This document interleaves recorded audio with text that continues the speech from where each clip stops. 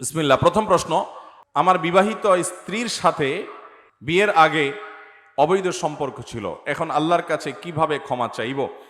যদি কোনো ভাই নিজের স্ত্রীর সাথে বিয়ের আগে বা অন্য কোনো মেয়ের সাথে বিয়ের আগে হারাম সম্পর্ক করে থাকেন, তাহলে তাকে তওবায়ে নাসুহা করতে হবে। কি তওবা করতে হবে ভাই? তওবায়ে নাসুহা মানে হলো খাঁটি তওবা। এমন তওবা করতে হবে যেই তওবাটা সে কখনো ভঙ্গ করবে না। আল্লাহ তাআলার কাছে লজ্জিত হয়ে, অনুতপ্ত হয়ে, নিজেকে ভৎসনা করে ক্ষমা চাইতে হবে। আল্লাহ তাআলা ক্ষমা চাওয়াকে এত ভালোবাসেন যে বান্দা যখন পাপ করার পর লজ্জিত হয়ে চোখের পানি ফেলে দেয়, অনুতপ্ত হয়, আল্লাহর দেওয়া অক্সিজেন গ্রহণ করছি, আল্লাহর দেয়া নেয়ামত দিয়ে বেঁচে আছি, সে আল্লাহর নাফরমানি করলাম, আল্লাহর কাছে আমাকে যেতে হবে, তার নাফরমানি করলাম, কিভাবে তার পাশে দাঁড়াবো, তার সামনে দাঁড়াবো? ওয়াম্মা মান খাফা মাকামা রাব্বিহি ওয়া নাহান নাফসা আনিল হাওয়া, যে ব্যক্তি আল্লাহর ভয়ে সন্ত্রস্ত থাকে, এই জন্য লজ্জিত হয়ে নিজের পাপের জন্য ক্ষমা চাইবে এবং ভবিষ্যতে আর কোনোদিন এই পাপের কাছেও যাব না আল্লাহ সংকল্প করবে। আল্লাহ রাব্বুল আলামিন তার পেছনের সমস্ত গুনাহ মাফ করে দিবেন ইনশাআল্লাহ। আমাদের অনেক যুবক ভাইরা আছেন, আমি জানি, যে জেনা ব্যভিচারে জড়িয়ে পড়েছেন, হতাশায় ভুগছেন। তারা মনে করছেন যে না, আল্লাহ তাআলা আমার গুনাহ বোধহয় আর মাফ করবেন না, আমার মতো পাপিষ্ঠ। মনে রাখবেন, ইবলিসের সবচেয়ে বড় সফলতা হলো সে মানুষকে নিরাশ করে দিতে পারা। এজন্য কোনো ঈমানদার কখনো আল্লাহর রহমত থেকে নিরাশ হতে পারে না। আল্লাহ তাআলা কোরআনে কারীমে বলেছেন, লা তাকনাতু মির রাহমাতিল্লাহ, তোমরা আল্লাহর রহমত থেকে আশা ছাড়িও না।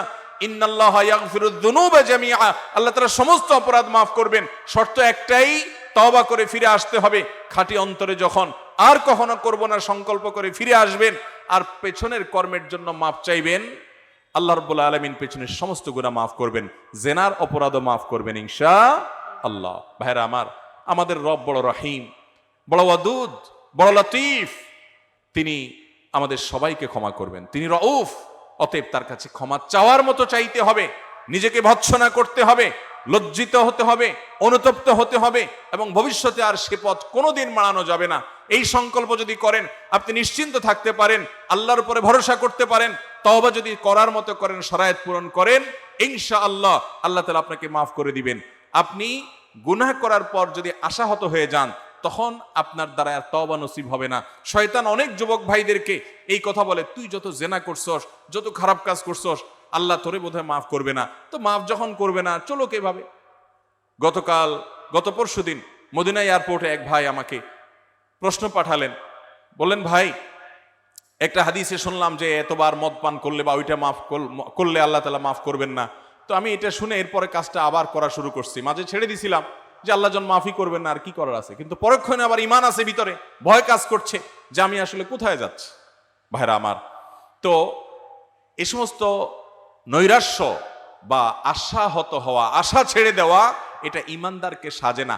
আপনার জীবনে বিপদ যদি আসে এবং দেয়ালে পিঠ থেকে যায়, পৃথিবীর সকল পথ বন্ধ হয়ে যায়, সকল দুয়ার ক্লোজ হয়ে যায়, কোনো উপায় আপনি খুঁজে না পান, কেউ আপনাকে সাহায্য করতে পারবে বলে মনে হয় না, ঈমানদার যদি হয়ে থাকেন, আপনার এখনো শেষ দুয়ার, বরং আসল দুয়ার খোলা আছে।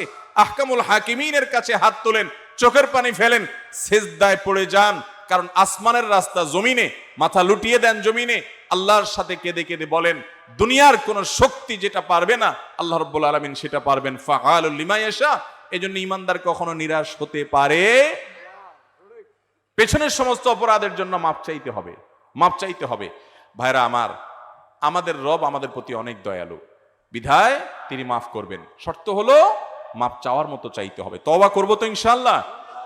ভাইরা আমার, কুল্লু বনি আদম খাত্তা, সকল আদম সন্তান আমাদের ভুল আছে না নাই?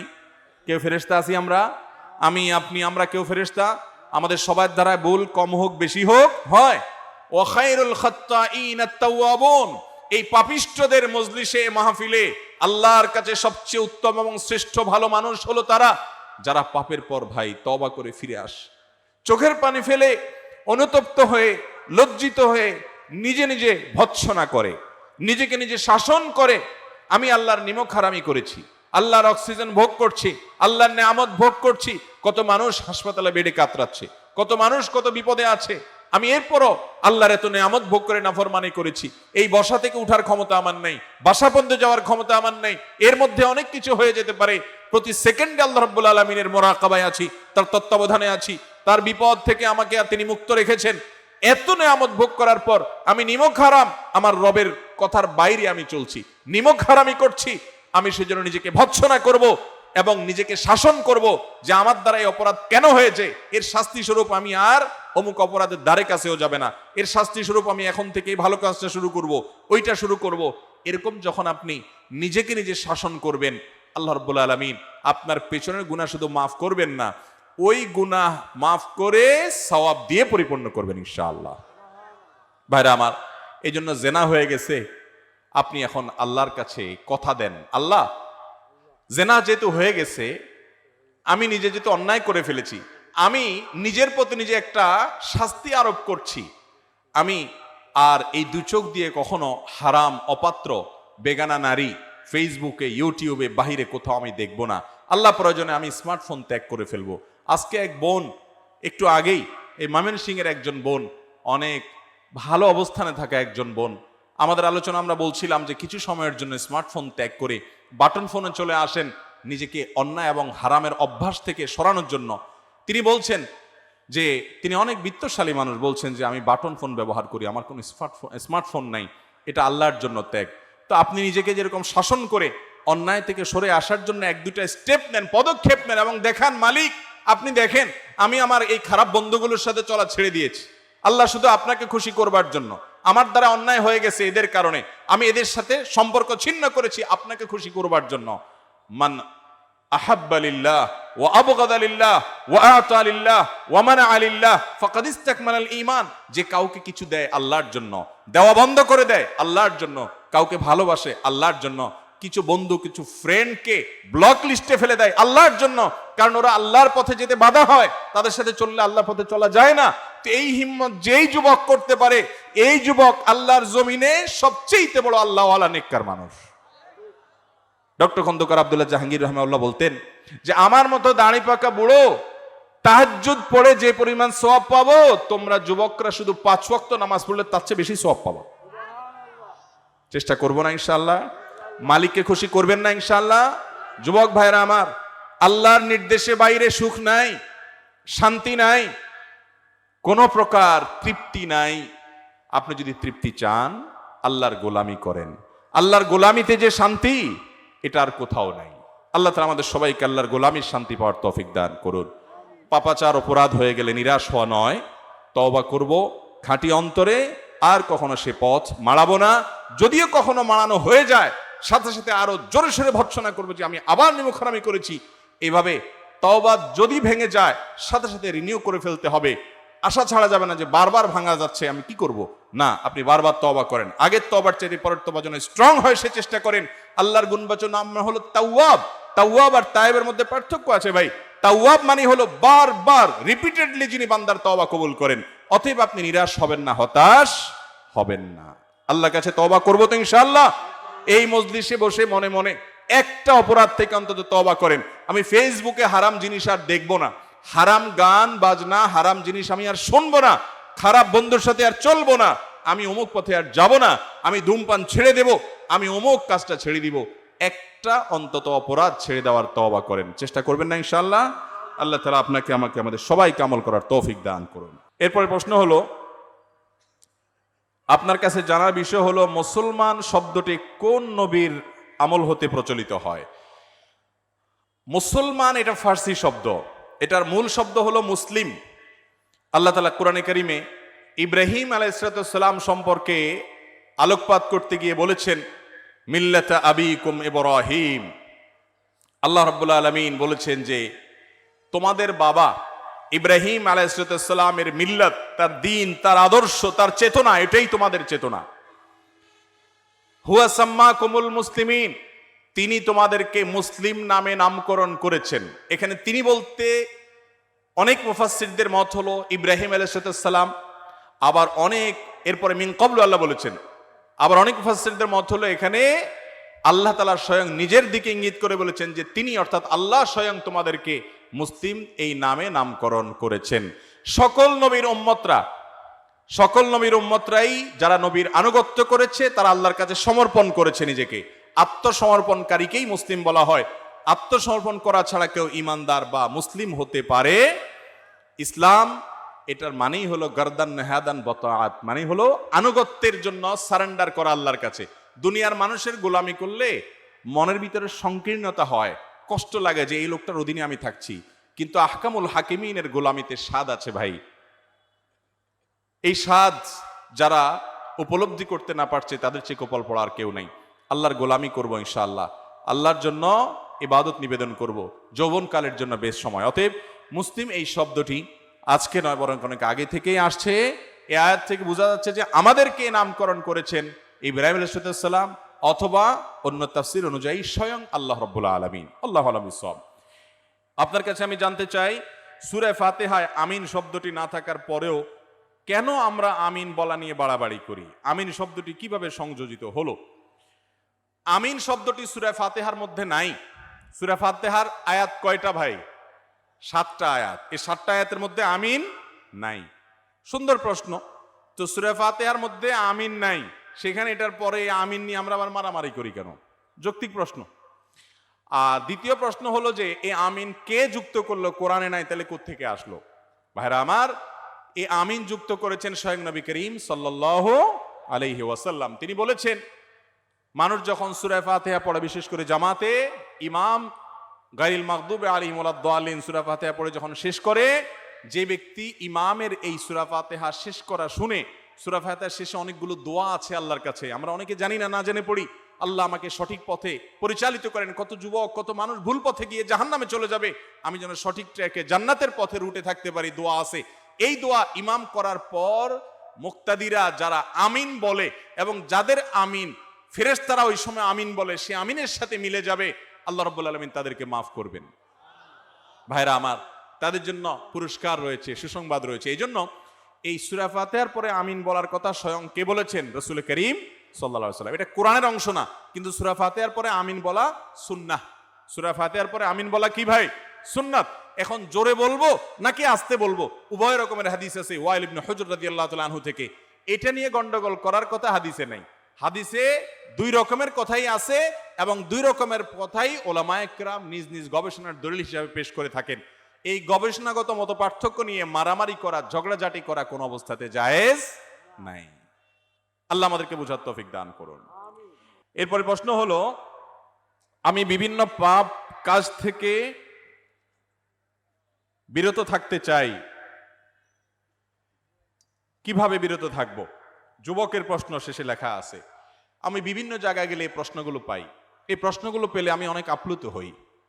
আলহামদুলিল্লাহ, আমাদের দেশে এখন বিভিন্ন প্রান্তে শত শত হাজার হাজার যুবক ভাইয়েরা হারাম থেকে বাঁচার জন্য চেষ্টা করছেন, সংগ্রাম চালাচ্ছেন, নিজের সঙ্গে নিজে লড়াই করে চলেছেন, হারাম থেকে বাঁচতে চান। হারাম থেকে বাঁচতে চাওয়া যুবকরা, এদেরকে আমরা আসহাবে কাফের যুবকদের অনুসারী, তাদের অনুগামী, তাদের পূর্বসূরি, তাদের পথের পথিক মনে করি। আল্লাহ তাআলা তাদের প্রশংসা করে কোরআনে কারিমে বলেছেন, সূরা কাফের মধ্যে তাদেরকে আল্লাহ তাআলা প্রশংসা করে বলেছেন যে তারা ছিল এমন ফিতিয়া, এমন কিছু যুবক যে তারা শিরক থেকে, হারাম থেকে বাঁচার জন্য তারা এলাকা ছেড়েছে। ওয়াজিদনাহুম হুদা, তাদের হেদায়েতের পথে আমি আরো বাড়িয়ে দিয়েছি, হেদায়েতের পথে আরো অগ্রসর হয়ে গেছে। যুবক ভাইরা হারাম থেকে দূরে সরার জন্য চেষ্টা করেন। যদি আপনি চেষ্টা করেন, আল্লাহ ওয়াদা করেছেন, ওয়াল্লাযীনা জাহাদু ফীনা লানাহদিয়ান্নাহুম সুবুলানা, যারা আমার পথে আসার চেষ্টা করবে, হারামকে না বলে হালালের পথে আসতে চাইবে, জাহান্নামের পথ ছেড়ে জান্নাতের পথে চলতে চাইবে, লানাহদিয়ান্নাহুম সুবুলানা। আরবি গ্রামার সম্পর্কে যারা জানেন, আলেম ওলামারা বলতে পারবেন লানাহদিয়ান্নাহুমের মানে কি। লামে তাকিদ, নুনে তাকিদ, আবার ডাবল নুন, 3টা তাকিদ দেওয়া হয়েছে। আল্লাহ বলেছেন অবশ্যই অবশ্যই অবশ্যই কেউ যদি হারাম ছেড়ে হালালের পথে আসতে চায়, আমি তাকে পথ দেখাবো। একটা পথ না, সুবুলানা, সাবিলের বহু বচন। সে যদি আসতে চায়, অনেকগুলো পথ তাকে দেখাই দিব। যুবক ভাইরা আমার, হারাম থেকে আসার জন্য চেষ্টা করব না ইনশাআল্লাহ। আপনি মাদকে আসক্ত হয়ে গেছেন, সাহস করে ছেড়ে দেন। ফেসবুকে চোখের জেনা করেন, সাহস করে ছেড়ে দেন। কোন মেয়ের সাথে হারাম রিলেশন হয়ে গেছে, সাহস করে আল্লাহর জন্য কোরবানি করে ফিরে আসেন। আল্লাহ রাব্বুল আলামিনের কাছে এত প্রিয় হবেন যে ইবাদত করে অনেক লোক সেই জায়গায় যেতে পারবে না, হিম্মত করা যাবে না ইনশাআল্লাহ। ভাইরা আমার, তো সেজন্য আমাদের দরকার হলো এই জাতীয় পাপাচার থেকে বাঁচার জন্য প্রথম কাজ হলো পাপের পরিবেশ থেকে সরে আসা। পরিবেশ, আপনি যে পরিবেশে পাপ হয় সেখান থেকে সরে আসেন। ফেসবুকে ফ্রেন্ড লিস্টে এমন আজে বাজে লোক ঢুকাইছেন, বাঁচতে পারেন না কোনোভাবে, এগুলো সব ব্লক করে ফেলেন, সব ব্লক লিস্টে করেন। যে পেজ থেকে বাজে জিনিস আছে আনফলো করে ফেলেন, পারলে সেটা যেন আপনার নিউজ ফিডে না আসে সেই ব্যবস্থা নেন। কোনোভাবে কিছু করতে পারছেন না, এই আইডি ডিলিট করে দেন, ডিঅ্যাক্টিভ করে দেন। ফলোয়ার থাকুক, ফ্রেন্ড থাকুক, যাই থাকুক, নতুন আইডি করেন, বাইসে বাইসে ভালো লোক নেন, যাতে খারাপ জিনিস না আসে। সংগ্রাম করেন, চেষ্টাটা করেন। আল্লাহ দেখবে বান্দা আমার বাঁচার জন্য ফিতনার ভরপুর, ফিতনার সমুদ্রের মধ্যে হাবুডাবু খেয়ে সে হাতড়াচ্ছে, একটু বাঁচার চেষ্টা করছে, আল্লাহ তাআলা এটা দেখবেন। এই চেষ্টাটা আমাদের থাকতে হবে। আল্লাহ আমাদেরকে তৌফিক দান করুন। তাহলে গুনাহ থেকে বাঁচার জন্য ভাই প্রথম হলো পরিবেশ থেকে সরে আসতে হবে, গুনাহের পরিবেশ থেকে সরে আসতে হবে। যুবকদের জন্য এই যুগে সবচেয়ে বড় চ্যালেঞ্জ হলো নিজের চরিত্রকে হারাম রিলেশন থেকে বাঁচানো। এর চেয়ে বড় চ্যালেঞ্জ আর কোনোটা নাই। কারণ বেশিরভাগ যুবক ভাইয়েরা কোনো না কোনোভাবে হারাম রিলেশনে জড়িয়ে পড়ছেন। হারাম রিলেশনে জড়ালে আপনার আখেরাত ধ্বংস হবে, শুধু তা নয়, দুনিয়াও ধ্বংস হবে। আমি সবসময় বলি, আপনার সকল ভালোবাসাকে জমিয়ে রাখুন বৈধ স্ত্রীর জন্য। আপনার বৈধ স্ত্রীর জন্য ভালোবাসা না জমিয়ে যদি অপাত্রে, কুপাত্রে, স্কুলে, কলেজে, রাস্তাঘাটে অন্যান্য মেয়েদের সাথে এই ইটিস পিটিস করে ভালোবাসা আদান প্রদান করে সেটা যদি ক্ষয় করে ফেলেন, তাহলে ভালোবাসা এটা হলো সফট ড্রিঙ্কসের মতো ভাই। বোতল খুলে একবার অনেকক্ষণ খুলে রাখছেন, খাইছেন, ঢালছেন, বন্ধ করছেন, ঝাঁজ শেষ, আগের ঝাঁজ আর পাবেন না। এই জন্য দেখা যায় যারা এই ইটিস পিটিস করে এরপরে বিয়ে শাদী করে, এদের সম্পর্ক দাম্পত্য জীবনে ভালো হয়, ভালো হয়। এই যে বিভিন্ন নায়ক, গায়ক, নায়িকা, গায়িকা, ফুটবলার, আপনার ক্রিকেটার, অমুক তমুক, প্রতিদিন শোনা যায় অমুক দেশের খেলোয়াড়, অমুক দেশের খেলোয়াড় বিয়ে হয়েছে, কয় বছর হয়েছে, ভেঙে গেছে। আবার বাংলাদেশে একই হাল, আরেক দেশে একই হাল, ভাঙতে ভাঙতে শেষ। এদের গড়ারও ঠিক নাই, ভাঙারও 12 জন 13 জন পাল্টায়। আচ্ছা ভাই, জীবন সঙ্গী পাল্টানোর মধ্যে কোনো সুখ আছে? ত্যাগ, একটা মানুষকে ভালোবাসার পর যদি বিশ্বাস হারায়, ভেঙে যায়, তাদের সংসার ভাঙাতে আমরা খুশি না ভাই? তথাকথিত তারকা, তাদের সংসারে দুঃখ হলে আমরাও কষ্ট পাই। আমরা চাই পৃথিবীর সব মানুষ দাম্পত্য জীবন সুখে লাভ করুক, কিন্তু ওই যে আগেই সফট ড্রিঙ্কসের মতো জাঁজ কমাই ফেলছে, এখন জায়গা মতো গেলে পুঁজির টান, ভালোবাসা আর নাই, ভেঙে যায়, টিকে না, মেড ইন চায়না হয়ে গেছে। ভালোবাসা কি হয়ে গেছে? আল্লাহ তাআলা আমাদেরকে মেড ইন মদিনার ভালোবাসা অর্জন করার তৌফিক দান করুন। যুবক ভাইরা, সব যুবকরা আজকাল এই তথাকথিত বয়ফ্রেন্ড গার্লফ্রেন্ড কালচারে আক্রান্ত হয়ে গেছে। নাটক সিনেমার মাধ্যমে এগুলোকে সহজীকরণ করা হচ্ছে। মনে রাখবেন, সব যুবক হারাম সম্পর্কের সাথে জড়িয়ে আছে। আপনার নাই কারোর সাথে সম্পর্ক, এই ইউনিক যুবকই জান্নাতি যুবক। জান্নাতে কি সবাই যাবে, না বাসা বাসা মানুষগুলো যাবে? বাসা বাসা মানুষগুলো জান্নাতে যাবে। গণহারে মানুষ জান্নাতে যাবে না, গণহারে জাহান্নামে যাবে। স্রোতের বিপরীতে চলতে শিখেন। স্রোতের তালে চলার জন্য যোগ্যতার প্রয়োজন হয় না, স্রোতের বিপরীতে চলার জন্য যোগ্যতার প্রয়োজন। একটা গাছ মরা কাষ্ঠ, সে স্রোতের তালে তালে গা ভাসায়, যত বড় গাছই হোক। আর ছোট্ট একটা মাছের পোনা দেখবেন স্রোতের বিপরীতে চলার জন্য কি চেষ্টা তার, কারণ তার ভিতরে প্রাণ আছে, সে প্রাণী।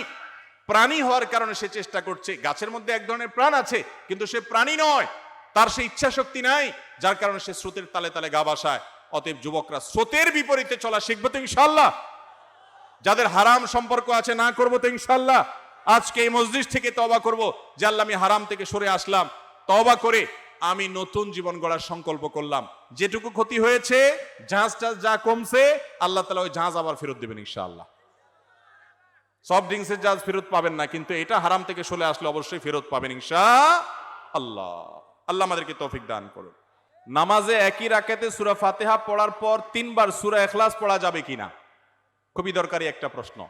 সূরা ইখলাস কোরআনের এমন একটা সূরা, যেই সূরা শুধুমাত্র আমাদের আল্লাহর কথা বলা আছে। এই সূরাতে অন্য কোনো সাবজেক্ট নাই।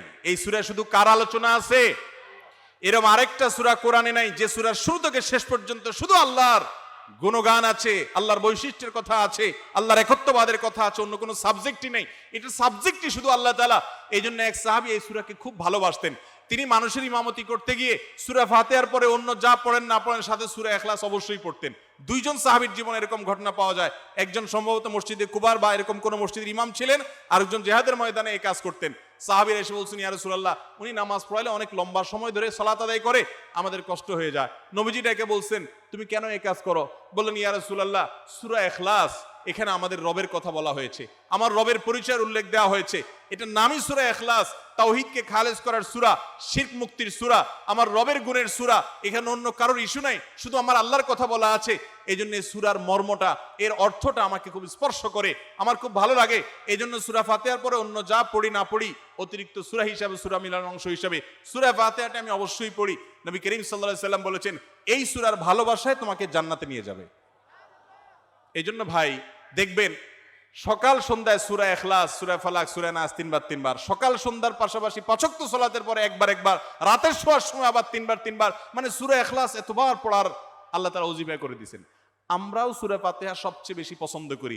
এই মজলিসে যত লোক আছেন, আমার বিশ্বাস বেশিরভাগ মানুষ সূরা ইখলাসকে মহব্বত করেন, তবে সেটা ওই সাহাবীর মহব্বত করে না, নামাজ শর্ট করার জন্য। ঠিক না? অনেকে আছে দেখা যায় সূরা ইখলাস ছাড়া কিছু পড়ে না, কারণ কি? আয়তনে নামাজটা তাড়াতাড়ি শেষ করার জন্য। এইটার কারণে জান্নাতে যাবেন না, আবার খুশি হয়ে যায় না যে আমিও তো বেশি বেশি পড়ি। আপনার নিয়ত যদি হয়, মতলব যদি হয় নামাজ সংক্ষিপ্ত করা, তাহলে হবে না। এই জন্য ভাইরা আমার, সূরা ইখলাসটা নামাজের মধ্যে কেউ যদি পড়েন, বিভিন্ন রাকাতে সূরার মর্ম উপলব্ধি করে, তিনি ইনশাআল্লাহ সওয়াব পাবেন। এই সূরার তাফসীর জানবেন, একদিন ইনশাআল্লাহ কোন একটা প্রোগ্রামে কোন আলেম থেকে সূরা ইখলাসের তাফসীরের উপর 1 ঘন্টা আধা ঘন্টা ওয়াজ শুনবেন, খুব গুরুত্বপূর্ণ। সূরা ইখলাস এটা যদি কেউ 3 বার 4 বার 5 বার পড়ে, শুধু সূরা ইখলাস না, অন্য সূরাও, সূরা ফাতিহার পরে আপনি সূরা ইখলাস 3 বার পড়লেন, সূরা ইযা জা 2 বার পড়লেন, অন্য সূরা 3 বার পড়লেন, কোনটা রিপিট করলেন, একই আয়াত বারবার পড়লেন, এটাতে কোনো অসুবিধা হবে না। আপনি বারবার পড়তে পারেন, কোনো অসুবিধা হবে না ইনশাআল্লাহ। তবে লক্ষ্য রাখবেন, প্রথম রাকাতের চাইতে দ্বিতীয় রাকাতটা তুলনামূলক একটু ছোট হবে, হ্যাঁ, আয়তনে পরিমাণে একটু ছোট হবে, এটাই সুন্নাহ। নবী করিম সাল্লাল্লাহু আলাইহি ওয়াসাল্লাম প্রথম রাকাত যদি 2 মিনিট ধরে পড়তেন, দ্বিতীয় রাকাত 1.5 মিনিট, অর্থাৎ একটু কমায়া পড়তেন, এটাই তার সুন্নাহ ছিল। বাস, এরপর আপনি এবার সূরা ফাতিহার পরে এক সূরা বারবার পড়েন, হ্যাঁ, কয়েক সূরা বারবার পড়েন, বা অন্য একটা সূরা পড়ে আরেকটা সূরা বারবার পড়েন। সূরার মহব্বতের কারণে, মর্মের কারণে, একই আয়াত জাহান্নামের কথা আছে, জান্নাতের কথা আছে, আল্লাহর কথা আছে, সেজন্য আপনি বারবার পড়েন, কোনো অসুবিধা নাই ইনশাআল্লাহ।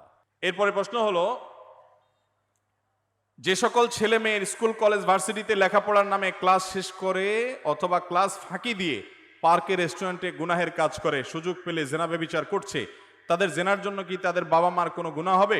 আর যে সকল রেস্টুরেন্টের মালিকরা টাকার বিনিময়ে রেস্টুরেন্টে জেনা করার সুযোগ, প্রাইভেসি দিচ্ছে, সেসব রেস্টুরেন্ট মালিকদেরও জেনার গুনাহ হবে কিনা?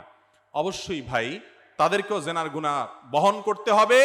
এই গুনাহে যারা লিপ্ত তাদের পাপ তো হবেই, উপরন্তু যারা সুযোগ করে দিয়েছে, বাবা মা দেখেও না দেখার ভান করেছে, জেনেও না জেনার ভান করেছে, অথবা সতর্ক থাকে নেই, আর সন্তান বিপদে চলে গেছে, অবশ্যই তারা গুনাহগার হবে। আদ-দায়ুস আল্লাযী ইউকিররু ফি আহলিহি আল খাবাস, পরিবারের কর্তা হয়ে তার পরিবারের সদস্যরা আকাম কুকাম করেছে, পাপাচারে লিপ্ত হয়েছে, গুনাহ করেছে, জেনা করেছে, ব্যভিচার করেছে, সে দেখেও না দেখার ভান করছে, বলে যে আজকাল এগুলো একটু আধটু করে, তাকে জানানোর পরও সে এটাকে নাকের সামনে দিয়ে মাসিমা যাওয়ার মতো কোনো ব্যাপার মনে করে নাই, এই লোকের নাম দায়ুস। সেই বাবা নামাজি হলেও, সে মা পর্দানসীন হলেও, নিজের ছেলে মেয়ে অপকর্মে লিপ্ত জানার পরও যদি সে চুপ থাকে এবং সমর্থন যোগায়, তাহলে সে জান্নাতে যেতে পারবে। এখন তো এমন একটা সময় আসছে, বাপ মাও কিছু বলতে পারে না। আমাদের দেশেও হয়তো সেদিন বেশি বাকি নাই, যেদিন বাপ মা ছেলে মেয়ের এই তথাকথিত প্রাইভেসিতে হাত দিলে তাদের নামে মামলা করার রাইট থাকবে, পুলিশ কল করার রাইট থাকবে। পশ্চিমা দুনিয়া শেষ হয়ে গেছে ভাই, ব্যক্তি স্বাধীনতার নামে সীমাহীন স্বাধীনতা দিয়ে তাদের পরিবার ব্যবস্থা ধ্বংস হয়ে শেষ হয়ে গেছে। আমি জাপানের টোকিওতে যাওয়ার পর এক ভাই আমাকে বললেন, ভাই বহুত কষ্ট করে দেশ থেকে পরিবার আনছি, অনেক কষ্ট করে উপার্জন করে পয়সা কামাই করে তাদেরকে এখানকার পাসপোর্ট টাসপোর্ট নিয়ে দিচ্ছি, এখানে তারা বসবাস করে, ছোট থাকতে বাচ্চাটা আনছি, এখন ক্লাস 7-8 দিকে পড়ে, একদিন একটা অপকর্ম করছে, ওর জীবন ধ্বংস হবে, আমি বাবা হিসাবে একটু ওরে ধমক দিয়ে মানা করছি, সে পুলিশ কল করছে, পুলিশ এসে আমার হ্যান্ডকাপ পরে নিয়ে গেছে, নিয়ে এর পরে কয়েকদিন জেল টেলে রাইখা বলতেছে, আসো তোমার ব্যাপারে রায় হয়েছে যে তোমার এই ছেলে তোমার সংসারে, তোমার বাসায় আর থাকবে না, কারণ এর আগেও তুমি একবার ধমক দিছিলা, অতএব তাকে তুমি বাসা ভাড়া করে দিবা, সে আলাদা থাকবে, টাকা দিবা তুমি, সে আলাদা থাকবে, সেখানে ফষ্টি করবে, তুমি কিচ্ছু বলতে পারবা না, চায়া চায়া শুধু দেখবা। কি বলেন, খুব সুখের সংসার না? সন্তানের জন্য বাবা মার চাইতে সরকারের মায়া যদি বেশি হয়, তাহলে আলামত খারাপ। সন্তানের জন্য বাবা মায়ের চাইতে যদি প্রশাসনের মায়া বেশি হয়, সেটা আলামত কখনো ভালো। মার চাইতে মাসির দরদ কখনো বেশি হওয়ার কথা। হ্যাঁ, অনেক বাপ মা জুলুম করে সন্তানের উপরে, অবশ্যই প্রশাসন সেখানে হস্তক্ষেপ করতে হবে। কোনো বাবা মা মূর্খতার কারণে, অজ্ঞানতার কারণে কোনো মেয়ের প্রতি জুলুম করছে, ছেলের প্রতি জুলুম করছে, অবশ্যই প্রশাসন সেখানে হস্তক্ষেপ করতে হবে। কিন্তু সন্তানের ভালো মন্দ বোঝার জন্য মা বাবার চাইতে আর দুনিয়াতে কে আপন আছে? ভাইরা আমার, তো এই মা বাবা যদি সন্তানের অন্যায় আচরণকে সহ্য করেন, অবশ্যই আল্লাহর কাছে কি হবে? দায়ী হতে হবে। অতএব সবাইকে সাবধান হতে হবে। আমি তো বলি ভাই, সেই যুবক এখন সোনার হরিণ, সেই যুবতী এখন সোনার হরিণ যার যৌবনে কোনো কালিমা কাদা লাগে নাই।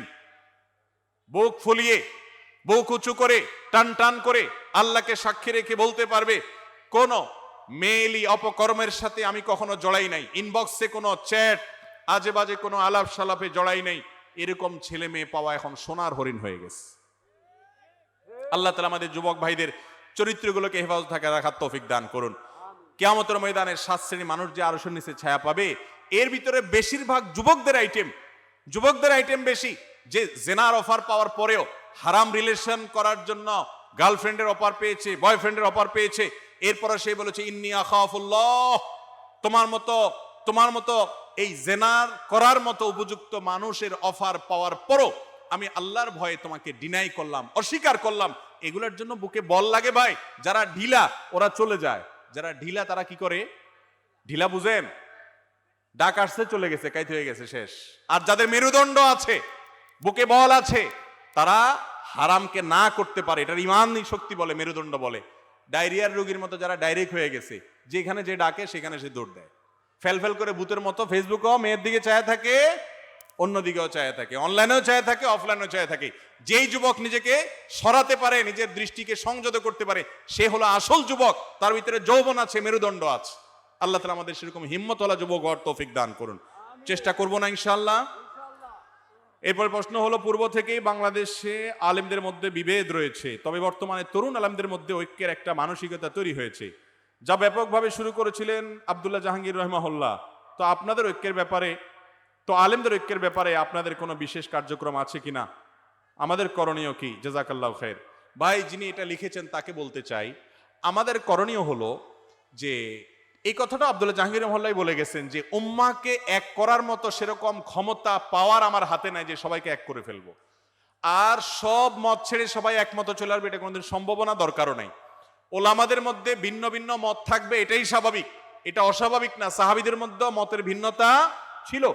একই মসজিদে নববীতে বিভিন্ন আমল সাহাবীদের বিভিন্ন জন বিভিন্ন রকম করেছেন, এটা নিয়ে তারা গন্ডগোল ফাসাদ করেন। এখন ওলামাদের মধ্যে যে দূরত্ব আছে সেটা আমরা কিভাবে কমাবো? এটার উপায় হলো যে, আপনি নিজে, আব্দুল্লাহ জাহাঙ্গীর বলতেন যে আমি তো ঐক্য সৃষ্টি করতে পারবো না, তবে আমি একটা কাজ করতে পারবো, সেটা হলো উম্মতের ঘরে যে আগুন লাগছে সে আগুনে পেট্রোল ঢালা থেকে আমি অন্তত বেঁচে থাকতে পারবো। এই জন্য উগ্র, হিংস্র, অন্যের বিরুদ্ধে বিশুদ্ধারকারী, ব্যক্তি চর্চাকারী মানুষ যেই চিন্তার, যেই দলের, যে মতই হোক, তাকে বর্জন করুন। আমার মুসলিম ভাই, আমার কেবলার ভাই, সে বেদাতে লিপ্ত হতে পারে, সে আমার ভাই, অতএব তার প্রতি আমার সিম্প্যাথি থাকবে।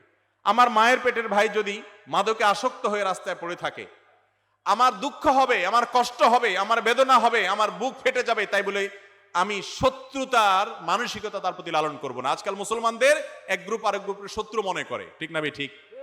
আল্লাহ তাআলা আমাদের এই মানসিকতা দূর করার তৌফিক দান করুন। আপনাদেরকে একটা ডিউটি দিচ্ছি, আল্লাহর ওয়াস্তে এক হুজুরের পক্ষ হয়ে আরেক হুজুরের গোষ্ঠী উদ্ধার করিয়েন না। আমার ভক্ত হয়ে আরেকজন আমার বিরুদ্ধে কিছু বলছে, ন্যায্য বলুক আর অন্যায্য বলুক, তার কমেন্ট বক্সে গিয়া 14 গোষ্ঠী তুলে, মা বাপ তুলে ধুমায়া গালি দিবেন সওয়াবের নিয়তে। এটা করবেন? সুন্দরভাবে পারলে কিছু বলেন, আর নাহলে চুপ থাকেন। অনেক মাহফিলের আয়োজক আছে যে পাশে এক মাহফিল আসছে, এক হুজুর আনছে, উনি একপন্থী, আরেক মাহফিল ওই মাঠেই করবে বা ওই মাঠের পাশে মাঠে করবে, এবং বলে দিব হুজুর কিছু একটা করতে হবে। এবার ওই হুজুর এসে আগের হুজুরের গোষ্ঠী উদ্ধার করে, আর বাকি চুনার কাম এই ক্যামেরা আলারা লাগায়। যদ্দুর না হয় তার চেয়ে বেশি। আল্লাহ আমাকে, আপনাদেরকে, আমাদের ক্যামেরাম্যান ভাইদেরকে হেদায়েত দান করুন। ইউটিউবার ভাইরা, বারবার বলি আমি, ভাইরে ছেলে খেলা না, আল্লাহর কাছে যাওয়া লাগবে ভাই। ডলার কামাইতেছেন, অ্যাডসেন্স করে কামাইতেছেন, আলেমদের বক্তব্য নিয়ে জোড়াতালে দিয়ে লাগাচ্ছেন। আমার অসংখ্য বক্তব্যের মধ্যে রাজনৈতিক নেতাদের নাম ছবি লাগাই দিয়া, আলেমদের ছবি লাগাই দিয়া, অমুকের বিরুদ্ধে একই বললেন আহমদুল্লাহ। আমি জীবনে নামও নেই তার, আমি জীবনে নামও নেই, থাম্বনেল সেরকম বানাই দিয়ে দিস। আল্লাহ তাআলা আমাদের এই ভাইদেরকে হেদায়েত দান করুন।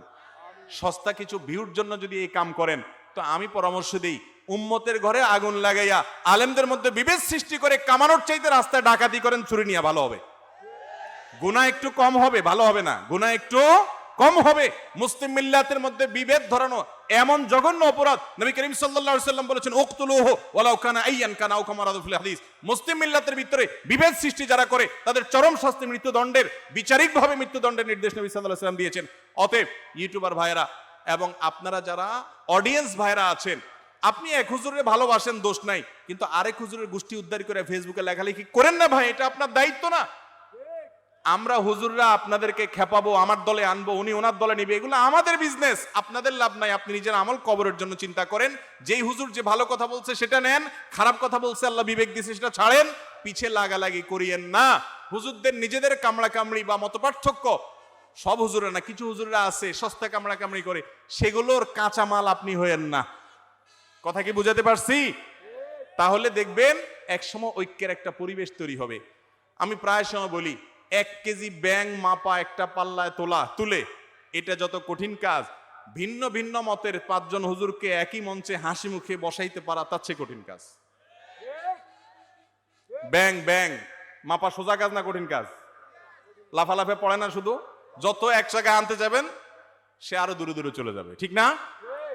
তো এই জন্য ভিন্ন মতের আলেমরা একসাথে হলে, একটু ছবি টবি দেখলে পাবলিক খুশিতে, সাধারণ মানুষের মধ্যে তৃষ্ণা আছে, এদেশে মানুষের মধ্যে কল্যাণই কল্যাণ। আল্লাহ আমাদের ওলামাদের মধ্যকার দূরত্বগুলো কমিয়ে দেন, আমরা দূরত্ব কমাতে সহযোগিতা করবো ইনশাআল্লাহ। কারো ভুল থাকলে সুন্দরভাবে পারলে সংশোধন করব মায়ার সাথে, আর না পারলে চুপ থাকবো। কখনো বিভেদ বাড়াবো না। বিভেদ বাড়ালে কি লাভ হবে না ক্ষতি হবে? ক্ষতি হবে।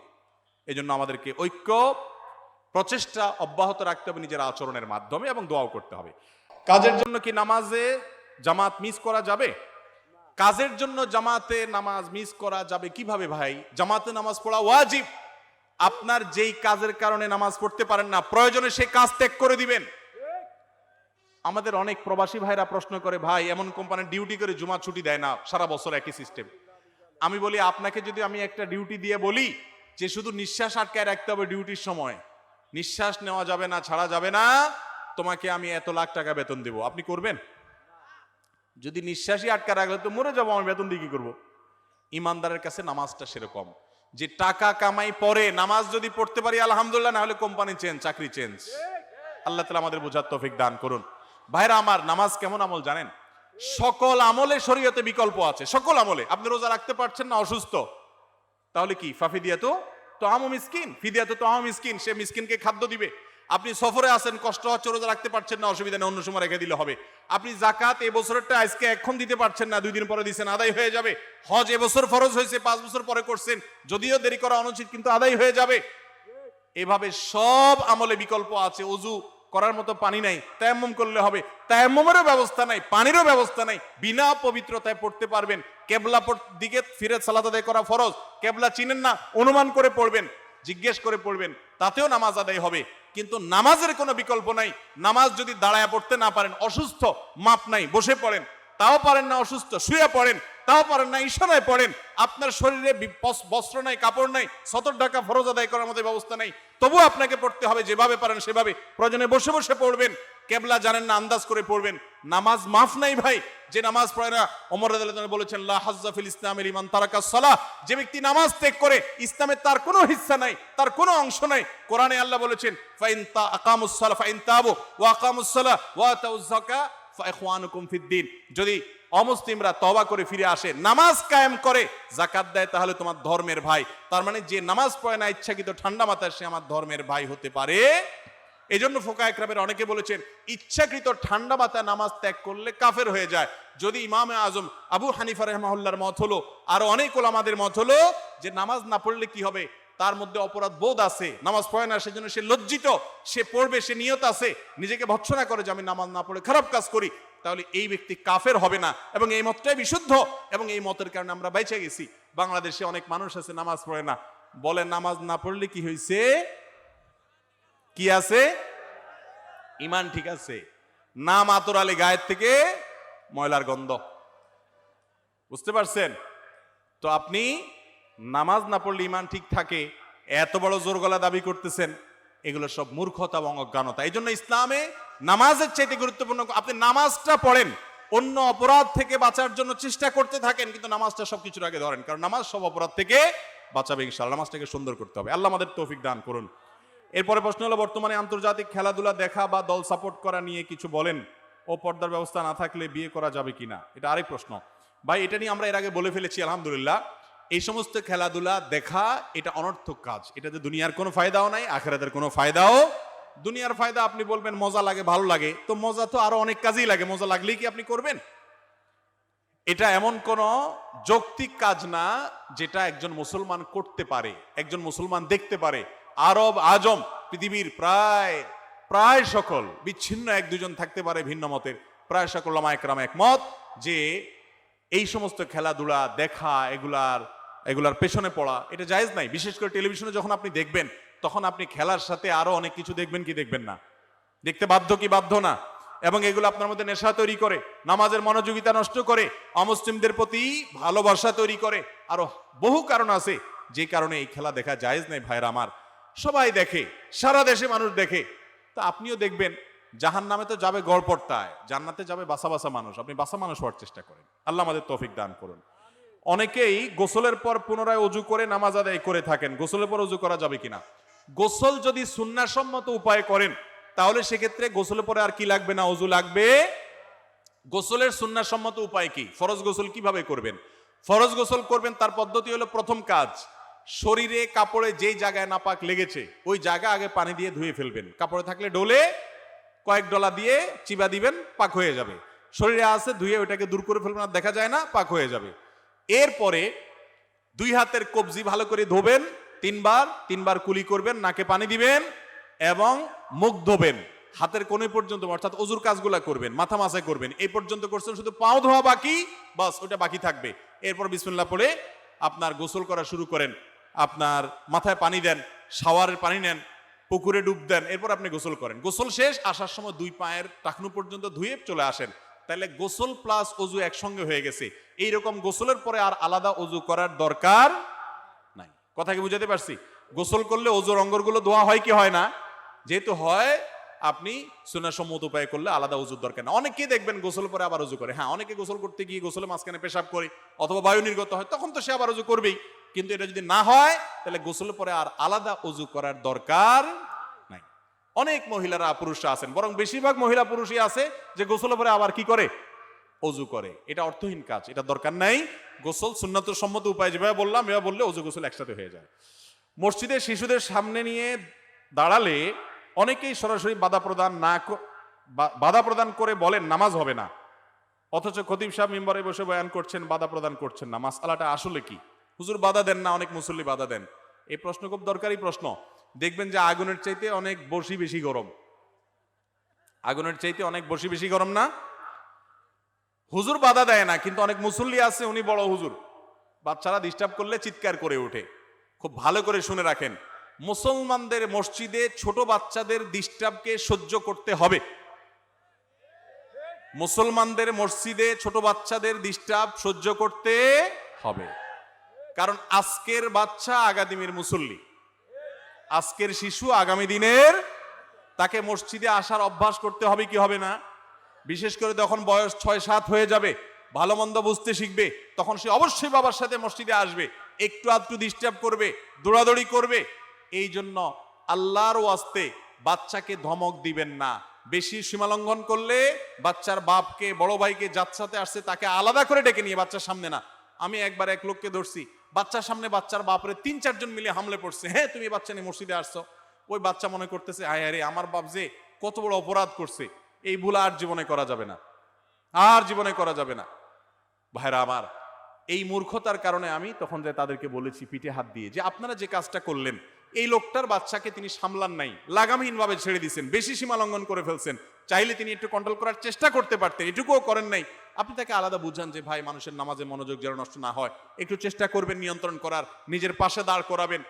এবং নামাজের কাতারের মধ্যে বাচ্চাদেরকে অবশ্যই দাঁড় করানো যাবে, বিশেষ করে তারা যে দুষ্টামি করবে পিছনে গিয়ে সেটা থেকে বাঁচানোর জন্য, এতে কোনো অসুবিধা। এরপরে মাঝখান দিয়ে যখন সেজদা চলে যাবেন ফুটুস করে সে বাইরে দিবে দৌড়, তো বাইরে হয়ে দৌড় দিলে একটু সবর করবেন। আপনি এই বাচ্চাদের কষ্ট এবং এদের ডিস্টার্ব সহ্য করতে পারেন না। ঘটনা শুনেন, আমাদের প্রিয় নবী সাল্লাল্লাহু আলাইহি সাল্লাম নামাজে গেছেন, তার কোনো এক নাতি হাসান বা হোসেন রাদিয়াল্লাহু তাআলা আনহুমা পিঠের উপরে উঠা বসছে। খেয়াল করেন, উনি গেছেন সেজদায়, পিঠের উপরে নাতি উঠা বসে আছে। হাদিসে আসছে যে নবী করিম সাল্লাল্লাহু আলাইহি সাল্লাম নাতি যতক্ষণ পর্যন্ত ঘোড়ার পিঠে বসে তার মনের স্বাদ মিটিয়ে একা একা না নামছে, ততক্ষণ পর্যন্ত নবীজি উঠার চেষ্টাও করেননি। দেখেন, বাচ্চা ডিস্টার্ব করছে, তিনি তাসবিহ আরো পড়তেছেন, সবর করছেন। এবং এ হাদিস যত কিতাবে বর্ণিত হয়েছে, কোন কিতাবে আমি অন্তত পাই নাই যে সালাম ফিরানোর পরে নবীজি ফাতেমা রাদিয়াল্লাহু আনহাকে ডেকে ধমক দিচ্ছেন, তুমি কেন বাচ্চাকে ধরে রাখো না, আমার নামাজের মনোযোগ নষ্ট করছে। না, নবীজি এরকম করেন নাই। তার মানে বাচ্চাদের এতটুকু একটু আধটু ডিস্টার্ব সহ্য করার মতো শক্তি থাকতে, বুড়া মুরব্বীরা ভালো করে শুনে রাখেন, অনেক মুরব্বীরা আছেন, চাচারা আছেন, বাচ্চা আসলেই ধমক দেয়। বাংলাদেশের প্রথম শ্রেণীর 5 জন আলেমের নাম উল্লেখ করলে একজন আলেম হবে, আমি নাম বললাম না, ওনার ছেলে একটা ইউনিভার্সিটিতে পড়ে, ইসলামিক ইউনিভার্সিটিতে। আমাকে বললো যে ভাই এই বিষয়ে আপনি একটু কথা বলেন, কারণ আমার ছোটবেলার কথা এখনো মনে আছে, ঢাকার এক এলাকাতে বড় হয়েছি, মসজিদে গেলেই কিছু মুরব্বীদের চেহারা সব ভাসে ওঠে, যে কি বিভৎস চেহারা, হাত পা গোছায় মনে হয় যে যুদ্ধ করতে আসছে। বাচ্চাদের এতটুকু ডিস্টার্ব সহ্য করে। তবে হ্যাঁ, 2 বছর, 2.5 বছর, 1.5 বছরের বাচ্চা নিয়ে আসবেন, পেশাব করে দিবে মসজিদে উল্টাপাল্টা, ও তো নামাজে কিছু বুঝেই না, অত আগে আনবেন না। যখন নামাজ বুঝতে শিখে তাকে মসজিদে আনবেন, অভ্যস্ত করবেন এবং চেষ্টা করবেন নিয়ন্ত্রণ করার। কিছুটা একটু আধটু হলে অন্যরা সবর করবেন। আল্লাহ আমাদের বুঝার তৌফিক দান করুন। আমাদের সাহাবা একরাম তাদের বাচ্চাদেরকে মসজিদে নিয়ে আসতেন। সাহাবীদের বাচ্চারা যে সব ফেরেশতা ছিল, কিচ্ছুই করে না, এই ব্যাপারটা এমন না। ওই যে নবীজির নাতি, এত বড় সাহাবী পরে হয়েছেন, শিশুকালে উনি নিজের নানার পিঠে উঠে বসে আছে, তাহলে বোঝা গেল যে বাচ্চারা তখনও টুকটাক ডিস্টার্ব করছে, নবীজি ধমক দেন। অতএব আল্লাহ নবীর সুন্নাত অনুযায়ী মসজিদে বাচ্চাদেরকে ধমক দেব। তবে বাচ্চা বেশি, অনেক বাপ মা আছে বেশি বেলাইন, আয়না ছেড়ে দিছে, সারা গরুর মতো যা খুশি তা করছে, বাপের তাকায়ও না, জিজ্ঞাসা করে না। এক্ষেত্রে বাপরে ডাইকে আলাদা বুঝাই দিবেন এবং মায়ার সাথে বলবেন। আজকাল দেখা যায় যে সড়কে, মহাসড়কে গাড়ি দাঁড় করাইয়া, ছোট ছোট বাচ্চা দিয়া গাড়ি থামাইয়া নতুন নতুন মসজিদে ওয়াজ মাহফিলের জন্য টাকা তোলা হয়। এটা সম্পর্কে ইসলাম কি বলে? ভাই, এক সময় এদেশে মানুষের এত আর্থিক সঙ্গতি ছিল না, মসজিদ মাদ্রাসাগুলো, ওয়াজ মাহফিলগুলো এভাবে কষ্ট করে কালেকশন করা ছাড়া টিকানো যেত না।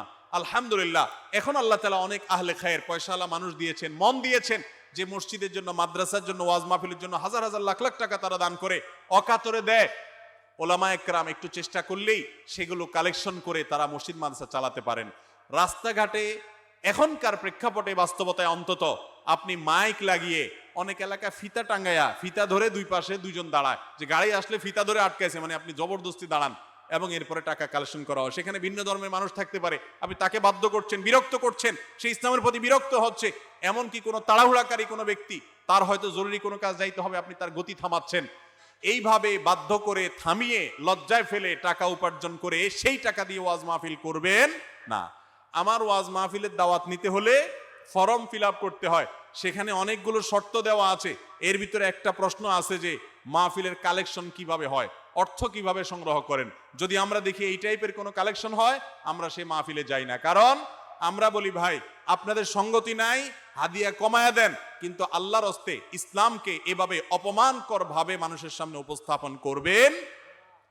অনেক মাদ্রাসার ছোট ছোট বাচ্চাদেরকে দেখা যায় রাস্তায় রশিদ নিয়ে বেরোছে, এগুলো একটা অরিজিনাল মাদ্রাসা না, অরিজিনাল মাদ্রাসা এগুলো হয় না, এগুলা মাদ্রাসার নামে বিজনেস খুলে 2-4 জন অসাধু মানুষ করে। অতএব এই বাচ্চাদেরকে, এদেরকে ধমক দিবেন না, এদের সেই গুরুকে পারলে ফোন করে, আমি বহু গুরুকে জীবনে ফোন দিছি, যে জুমার দিন সকাল 10টায় এসে বাসা নক করে ঢাকা শহর, জানে এই টাইমে সব চান্দু বাসায় আছে, এই জন্য বাসায় নক করে। কি হয়েছে? এতিমখানার চান্দা। নাম্বারে ফোন দিছি, হুজুর রে ভাই আপনি চাঁদা তুলতে আসেন, এই বাচ্চাগুলোরে কেন পাঠাইছেন? এই ছোট ছোট বাচ্চাগুলোকে কেন মানুষের দ্বারে দ্বারে পাঠাইছেন? অপমান করছেন, ধমক খাচ্ছে মানুষের কাছে। এই বিজনেস করছেন, পরে দেখা গেল যে পুরাটাই ভুয়া বোগাস। তো এগুলো ইসলামকে অপমান করার সামিল, এগুলো করবেন না আল্লাহর ওয়াস্তে। এবং সম্মানজনকভাবে ইসলামের খেদমত করার সুযোগ এদেশে এখন অবারিত আছে। তাছাড়া আমাদের নবীজি সাল্লাল্লাহু আলাইহি সাল্লাম যখন অভাব ছিল তখনও এভাবে তিনি হিন্দু মুসলিম নির্বিশেষে রাস্তা দাঁড়ায় গণহারে টাকা তোলেন নাই। তিনি সাহাবীদেরকে বলেছেন যার যা খুশি দিয়েছে। যে আজকে মাহফিলের আগে আমার আগে আব্দুল্লাহ সাইফুল্লাহ ভাই বললো আপনারা স্বতঃস্ফূর্তভাবে দিয়েছেন, এটা তরিকা হতে পারে, কিন্তু এভাবে রাস্তাঘাটে আটকায়া দান দক্ষিণা কালেকশন করা ভালো কোনো নজির না। এরপরে প্রশ্ন, অতিরিক্ত ক্যামেরার জন্য ওয়াইজিনের চেহারা দেখতে পারি না, এই প্রতিযোগিতার প্রতিকার কি? ক্যামেরাম্যানদের বিরুদ্ধে গেছে, এই প্রশ্নের উত্তর এরা দিবে না ইউটিউবে, এরা এটা কাইটা ফালে দিবে না। আলহামদুলিল্লাহ আমাদের আজকের ক্যামেরাম্যানরা তো সবাই ভালো, মাশাআল্লাহ। দেখেন কত সুন্দর নিচে রাখছে। এখন তো আপনাদেরকে আমি দেখছি, আপনারা আমাকে দেখছেন, এটা পদ্ধতি হওয়া উচিত। অন্য ক্যামেরাম্যান ভাইরা যারা বিভিন্ন ওয়াজ মাহফিল রেকর্ড করেন এখান থেকে শিখবেন। এই যে কত সুন্দর করে আলাদা স্ট্যান্ডে করে নিচে দিছে। আমি সবসময় বলে দিই ক্যামেরাম্যান ভাইদেরকে যে ভাই আল্লাহর ওয়াস্তে বক্তার চেহারার এখানে আপনি ঢেকে ফেলবেন না। যে ক্যামেরা অনেক বক্তা আছে ওখান থেকে বক্তারে কিচ্ছু দেখে না, শুধু ক্যামেরা কালা কালা দেখে, ক্যামেরার তার কালো কালো দেখে না। ভাই এটা উচিত না। এই যে মাশাআল্লাহ ওনাদেরকে বারবার বলে দিছি আমি, ওনারা সেটা আমল করছেন যে আলাদা স্ট্যান্ডে নিচে থাকবে এবং উপরে শুধু মাইক থাকবে যাতে করে অন্যরা দেখতে পারে। এটা একটা আপনার একটা দৃষ্টান্ত হতে পারে, দৃষ্টান্ত কেস, এটাকে দেখে অন্যরা অনুসরণ করবেন। অতএব যিনি প্রশ্ন করছেন অন্যান্য মাহফিল দেখে প্রশ্ন করছেন, এই মাহফিলে মাশাআল্লাহ কি আছে? ঠিক আছে, আলহামদুলিল্লাহ। এরপরে প্রশ্ন হলো, কোন ইমামের মধ্যে আকীদাগত সমস্যা থাকলে, যেমন সে তার পীর বাবাকে সিজদা করে, সেই ইমামের সাথে জামাতে নামাজ পড়া উত্তম নাকি আলাদা জামাত পড়া উত্তম? ভাই কোন ইমাম যদি কোনো কবরে মাজারে বা জীবিত কোনো পীরকে সিজদা করে তাহলে অবশ্যই তার পিছনে নামাজ পড়া জায়েজ হবে। কারণ ইমাম যদি সাধারণ বিদআত করে, আমলগত বিদআত, তার পিছনে নামাজ পড়া যায়। কিন্তু ঈমান নষ্ট হওয়ার মতো কাজ শিরকে আকবর করলে তার পিছনে নামাজ পড়া জায়েজ। কিন্তু তার মানে একা একা পড়বেন না, আশেপাশে অন্য কোনো মসজিদে যেই ইমামের ভিতরে এরকম বড় সমস্যা নাই তার পিছনে নামাজ পড়বেন, অথবা 2-4 জন মিলে আলাদা জামাত করবেন, তারপরেও জামাত ত্যাগ করবেন না। আজকাল অনেক ভাই আছে বলে যে আমাদের ইমাম সাহেবের বেদাত করে এই জন্য আমরা একা একা বাসায় নামাজ পড়ি না। একা একা জামাতে নামাজ পড়বেন না। হাজ্জাজ ইবনে ইউসুফ সাহাবীদের রক্তচোষা, এত বড় জালেম অত্যাচারী শাসক, এবং মদ খেয়ে নামাজ পড়াইতো। একবার ফজর নামাজ 2 রাকাতের জায়গায় 4 রাকাত পড়াইছে। পিছনে সম্ভবত আব্দুল্লাহ ইবনে মাসউদ রাদিয়াল্লাহু আনহু ছিলেন, সিনিয়র সাহাবীরা অনেকে, কারণ সে দায়িত্বশীল, অতএব তার পেছনে নামাজ পড়বে ইমাম। তখন সে ওই মাদকাসক্ত, তো নেশাগ্রস্ত অবস্থায় 2 রাকাতের জায়গায় 4 রাকাত পড়াইছে, খবর নাই। সালাম ফিরিয়ে বলে আর পড়াবো? তো উনি পিছনতে বলছে আর লাগবে না, অনেক হয়েছে, এবার থামো। তাহলে বোঝা গেল জামাত নষ্ট করা মুসলমানদের এটা খুব ডেঞ্জারাস বিষয়। সাহাবীরা এত ত্রুটি থাকা সত্ত্বেও জামাতে নামাজ পড়তেন। হ্যাঁ, জামাতে নামাজ পড়লাম, তার পিছনে নামাজ হয় না, আমি আলাদা পরে নামাজ পড়বো।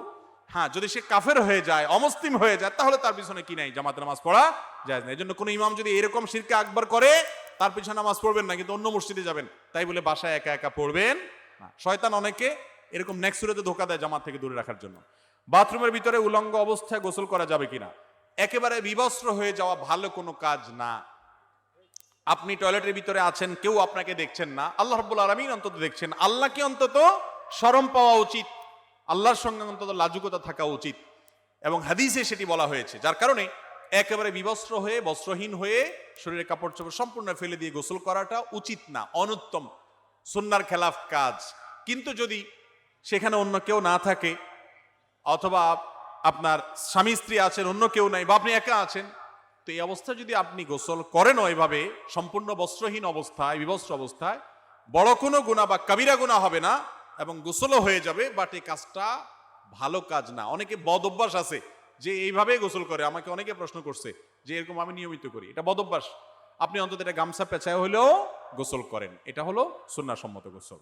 রফাদানি এবং কাদিয়ানির মধ্যে পার্থক্য কি, এবং রফাদানি ও হানাফির মাঝে বিয়ে করানো অথবা বিয়ে দেওয়া চলে কিনা? ভাই, নামাজের মধ্যে রুকুতে যেতে, রুকু থেকে উঠতে এবং তৃতীয় রাকাতের শুরুতে রফে আদাইন করা, হাত উত্তোলন করা, এটা বিভিন্ন হাদিস দ্বারা প্রমাণিত। আবার যে ইমামগণ এই জায়গাগুলোতে হাত উত্তোলন না করার কথা বলেন, তাদের এই না করার সপক্ষেও বিভিন্ন হাদিস এবং হাদিসের দালালত এবং দলিল আছে। এই বিষয়গুলো এরকম যে এই বিষয়গুলো নিয়ে মারামারি করা, কামড়াকামড়ি করা, একটাকে হালাল আরেকটাকে হারাম বলা, একটাকে জায়েজ আরেকটাকে নাজায়েজ বলা, এটা কোনো অবস্থাতে সমীচীন নয় এবং এটা করার কোনো সুযোগ নেই। যারা রফে আদায়ন করেন তারা আপনার ভাই, যারা হানাফি তারাও রফে আদান যিনি করেন তার ভাই। অতএব মুসলমান ভাইয়ের মধ্যে কোনো মতের পার্থক্য, বুঝের পার্থক্য, ওলামাদের মধ্যে ইস্তিহাদ এবং গবেষণাগত মত পার্থক্য থাকতে পারে, এটার কারণে বিবাহ বন্ধনে আবদ্ধ হওয়া নাজায়েজ হবে না, প্রশ্নই ওঠে না। তারা মুসলমান, আহলে কেবলা। তবে কাদিয়ানীদের সাথে মিলানোটা ভুল, কারণ কাদিয়ানী, গোলাম মোহাম্মদ কাদিয়ানীকে যারা নবী মনে করেন, মুহাম্মদ সাল্লাল্লাহু আলাইহি সাল্লামকে যারা আখেরি নবী হওয়ার কথাকে অস্বীকার করেন, এবং আরো অনেক কারণ যাদের মধ্যে আছে, কাদিয়ানী নামে পরিচিত, সারা বিশ্বের সকল ওলামাদের ঐক্যমতে তারা কাফির, ইসলাম থেকে খারিজ, তারা মুসলমান নয়, মুসলমানদের নাম ব্যবহার করছে, আসলে তারা অমুসলিম। অতএব তাদের সাথে বিবাহ বন্ধনে আবদ্ধ হওয়া জায়েজ নাই। এরপরে প্রশ্ন হলো, কোন ব্যক্তিকে আল্লাহ তাআলা নামাজ পড়তে বলেছেন? আল্লাহ তাআলা সবাইকে নামাজ পড়তে বলেন নাই। কিছু মানুষ আছে যাদের নামাজ না পড়লেও চলবে। বলবো কাদের নামাজ না পড়লেও চলবে? যার মস্তিষ্ক বিকৃত হয়ে গেছে, বেচারা মাথা ঠিক নাই, ডাইরেক্ট হয়ে গেছে, অসুস্থ হয়ে গেছে, পাগল হয়ে গেছে, দীর্ঘদিন সে পাগল অবস্থায় আছে, সেন্স নাই, হুঁশ দিস নাই, পাগলামি করে, পাগল হয়ে গেছে, বিকৃত মস্তিষ্ক হয়ে গেছে, এই লোকের নামাজ মাফ। আপনাদের মধ্যে যারা এরকম আছেন তাদের নামাজ না পড়লেও চলবে। কথা কি বুঝাতে পারছি? ছোট বাচ্চা, তাদেরও নামাজ মাফ। অতএব তারা নামাজ না পড়লেও গুনাহ হবে না। এছাড়া আপনারা যারা ঠান্ডা মাথায়, সুস্থ মস্তিষ্কের মানুষ, আবার প্রাপ্তবয়স্ক, তাদের সবাইয়ের পরে নামাজ ফরজ। অতএব নামাজের মধ্যে কোনো অজুহাত চলবে। অনেক যুবকরা নামাজের জন্য ডাকলে বলে কি, ভাই আমার আসলে কাপড়টা ঠিক নাই। এর কি ঠিক নাই? চিন্তা করেন, মুসলমান আবার কাপড় ঠিক না, পুরুষ মানুষ কাপড় বেঠিক হয়েছে কি কারণে? তোমার ভাই, তুমি পেশাবের পরে পানি ধোবা, বাথরুমের পরে পানি দিয়ে পরিষ্কার করবা, পাক সাফ হবে, আবার তাইলেই তো কাপড় পাক সাফ হয়ে গেল। কাপড় যদি পাক সাফ না থাকে, প্রয়োজনে কাপড় জোগাড় করবা, কিন্তু এই অজুহাতে নামাজ তরক করা জায়েজ নাই। এরপর প্রশ্ন হলো, আপনি হয়তো জানেন গত কয়েক বছর আগে ছাত্রদের আন্দোলনের মাধ্যমে বিভিন্ন পরিবহনের বাসের শর্ত সাপেক্ষে ভাড়া অর্ধেক ছাড় দেওয়া হয়, অর্থাৎ স্টুডেন্ট ভাড়া হাফ করা হয়। যেহেতু এটার জন্য আন্দোলন করা হয়েছে, তাই ধরা যায় মালিক পক্ষ অনেকটা চাপের মুখে এটা নিতে বাধ্য হয়। এখন প্রশ্ন হচ্ছে, ছাত্রদের জন্য কি হাফ ভাড়া দেওয়া জায়েজ হবে কিনা? জটিল প্রশ্ন ভাই, এই প্রশ্ন উত্তর সংক্ষেপে দেয়া কঠিন। তারপর আমরা মৌলিক একটা নির্দেশনা দিয়ে দেই। লা ইয়াহিল্লু মাল ইমরিইন মুসলিমিন ইল্লা বিতিবি নাফসি। নবীজি সাল্লাল্লাহু আলাইহি ওয়াসাল্লাম বলেছেন, কোন মুসলমানের টাকা, সম্পদ তার মনের সন্তুষ্টি সহকারে না দিলে আপনার জন্য নেওয়া জায়েজ। এখন আমার একটা জিনিস, এটার দাম 10 টাকা, আমি যদি অন্যায়ভাবে 12 টাকা নেই, অবশ্যই সরকার এবং প্রশাসনের অধিকার আছে আমাকে বাধ্য করা, যে মানুষকে ক্ষতিগ্রস্ত করছি এবং অধিক মুনাফা করে আমি জুলুম করছি, আমাকে ন্যায্য মূল্য নিতে বাধ্য করতে পারে, ঠিক করে দিতে পারে, এই রাইট আছে। কিন্তু এই রাইট আপনার নাই যে আপনি আইসা বলবেন যে আপনার এই 10 টাকার জিনিসটা, উনি মুরব্বী মানুষ তো ওনাকে অর্ধেকে দিতে হবে, এটা আপনি বলতে পারেন না। আমার জিনিস আপনি আমাকে অর্ধেকে দিতে বাধ্য করতে পারেন না। তবে এখানে একটা বিষয় আছে যে সরকারের সাথে বাস মালিকদের অনেক বোঝাপড়া হয়, গিভ এন্ড টেকের ব্যাপার হয়। তোমাকে এই ক্ষেত্রে ছাড় দেওয়া হলো, তুমি এই ক্ষেত্রে ছাড় দাও, ওই ক্ষেত্রে তোমার জন্য কম নেওয়া হলো, তুমি এই ক্ষেত্রে কম নাও। এরকম যদি বিভিন্ন বোঝাপড়ার মাধ্যমে নেগোসিয়েশন হয়, তাহলে এটাতে কোনো অসুবিধা আমি দেখি না। আর যদি সেটি না হয়, তাহলে সেক্ষেত্রে আইন করে বা জোরপূর্বক আমার জিনিস, দেখেন ইসলাম কত সুন্দর, আমার জিনিসটার মালিক আমি, পৃথিবীর কোনো কারোর ক্ষমতা নাই এই জিনিসটা আমাকে বাধ্য করবে যে আরেকজন্য তুমি দিয়ে দাও, বা অর্ধেক মূল্যে দিয়ে দাও, বা কম দামে দিয়ে দাও, ফ্রি দিয়ে দাও, এটা কেউ বলতে পারে না। এমনকি বাপ সন্তানকে, সন্তান বাপকে বাধ্য করতে পারে না। এই পরিমাণ স্বাধীনতা মানুষের সম্পদের মধ্যে ইসলাম দিয়েছে। কত সুন্দর ইসলাম! বলেন, আপনি স্ত্রী, স্বামী আপনাকে বাধ্য করার অধিকার না যে তোমার টাকা এখানে খরচ করো, অমুককে দাও। কোন স্ত্রী তার টাকা তার বাপকে, তার ভাইকে দিতে চাচ্ছে, স্বামীর কোনো অধিকার নেই নাক গলানো যে তুমি দিতে পারবে না। একই কথা স্ত্রীর বেলা, স্বামীর বেলা প্রযোজ্য, অন্যদের বেলা প্রযোজ্য। কত সুন্দর ইসলাম! মানুষকে কি পরিমাণ তার সম্পদের মালিকানা এবং স্বাধীনতা ইসলাম দিয়েছে। অতএব এই ব্যাপারে যথেষ্ট দায়িত্বশীল হতে হবে। অনেকে আছে যে দেখা যায় পুলিশ অফিসার, বড় কোনো পদস্থ কর্মকর্তার সাথে তার হটলাইন আছে, তারা নিয়ে আসছে ছোট্ট একটা কাজের জন্য। তো ধরেন কথার কথা একজন এসপি সাহেব এসে যদি একটা জায়গায় বলে যে ভাই ওনার থেকে কম দেন বা ওনার বিনা পয়সা করে দেন, বেচারা বাধ্য হইয়াও করে দিবে। তো এরকম বাধ্য হইয়া আরেকজনের প্রেসার দিয়া যদি আপনি সুবিধা নেন, সেটা জায়েজ হবে না। এরপর প্রশ্ন হলো, আমি পিতা মাতাকে কষ্ট দিতে চাই না, আমার ভালো কথাটা পিতা মাতার বিপরীত বুঝে পিতা মাতা কষ্ট পায়, তাহলে করণীয় কি? আপনি ঠিক বলছেন, আপনি কোনো বেয়াদবি করেন নাই, তারপরও তারা ভুল বুঝছে, এরকম যদি হয় আপনার কোনো অসুবিধা হবে না। তবে আপনি তাদের সাথে বেয়াদবি করেন না, এটা নিশ্চিত হতে হবে। আপনি যদি উচ্চবাচ্য করে ভালো কথাও বলেন তাহলে অন্যায়। তারা নামাজ পড়ে না, ধমক দিয়ে কথা বললেন, অন্যায় কাজ করে ধমক দিয়ে কথা বললেন, অন্যায় হবে। ভাইরা আমার, এজন্য একজন সাহাবী বলেছেন, কেউ তার জামার কাপড় বাপের সামনে যদি এরকম করে ঝাড়া দেয় তাহলে সে বিররুল ওয়ালিদাইন বা বাবা মার আনুগত্যের খেলাফ কাজ করলো, বেয়াদবি করলো, এবং সে এটার জন্য জিজ্ঞাসার মুখোমুখি হতে পারে। এত বড় ব্যাপার বাবা মা। আমাদের আজকাল সবচেয়ে বেশি যার সাথে রুক্ষ ব্যবহার করার রাইট আছে বলে আমরা মনে করি, যার সাথে যা তা বলা যায়, তার নাম হলো মা বাবা। তার নাম হলো কি? সব জায়গায় বিড়ালের মতো, শুধু মায়ের কাছে আসলে ঝাড়ি, বাবার কাছে আসলে ঝাড়ি। অতএব এগুলো করা যাবে না। আল্লাহ আমাদের বুঝার তৌফিক দান করুন। বেদাতকারী কি আজীবন জাহান্নামে থাকবে? উত্তর হলো না। সাধারণ আমলগত বেদাত যদি হয়, এই বেদাতকারী ব্যক্তি আজীবন জাহান্নামে যাবে না। তবে বেদাত এটা গোমরাহি, পথভ্রষ্টতা, আর পথভ্রষ্টতার ঠিকানা কোথায়? জাহান্নাম। অতএব সেই জাহান্নামের ভয়ে বেদাত থেকে বেঁচে থাকতে হবে। কিন্তু এর মানে এই না যে বেদাত করার কারণে কেউ জাহান্নামে গেলে চিরকাল জাহান্নামে থাকবে, তা মোটেও সঠিক নয়। বরং বেদাত যদি আকীদাগত বেদাত হয়, ঈমান নষ্ট হয়, কুফরি হয়, বড় শিরক হয়, বড় কুফরি হয়, তাহলে সেক্ষেত্রে সে চিরকাল জাহান্নামে যাবে। ধরেন একজন একটা বেদাতি আমল করতেছে, এর কারণে সে চিরকাল জাহান্নামে যাবে না। কোনো কারণে আল্লাহ তাআলা তাকে মাফ করে দিতে চাইলে মাফ করে দিতেও পারেন। অতএব বেদাত করলেই তাকে স্থায়ী জাহান্নামী ব্যক্তির মতো আচরণ বা সেরকম বিশ্বাস রাখা যাবে না। স্ত্রীর অনুমতি ব্যতীত অন্য জায়গায় রাত্রি যাপন করা যাবে কিনা? স্ত্রীর অনুমতি ছাড়া অন্য কোথাও রাত্রে থাকা যাবে কিনা? আজকাল এত স্ত্রীভক্ত স্বামীও আছে মাশাআল্লাহ, যে যাওয়ার আগে ভিসা নেয় বউর কাছে যে আমার আজকে জরুরি কাজে বাইরে থাকতে হবে। যদি কেউ কোনো অন্যায় কিছু না করে, তার দরকারি কাজে সে অন্য এক জায়গায় রাত্রি যাপন করতে হয়েছে, কোনো হারামে লিপ্ত হয় নাই, তাহলে স্ত্রীর পারমিশন কোনো জরুরি না। তবে অবশ্যই স্বামী স্ত্রীর সৌজন্যতা এবং দাম্পত্য জীবনের সুখের জন্য আল্লাহ যে তাদের সাথে সুন্দরভাবে বসবাস করতে বলছেন, তার দাবি হিসাবে অবশ্যই জানাজানি থাকবে যাতে পেরেশান না হয়, এটা করা উচিত। কিন্তু রাত্রি যাপনের জন্য স্ত্রীর পারমিশন নেওয়ার দরকার নাই। কিন্তু যদি আপনি কোথাও অন্যায় করেন, এরপরে স্ত্রী পারমিশন দেয়ও, তারপরেও সেই রাত্রি যাপন আপনার জন্য জায়েজ হবে।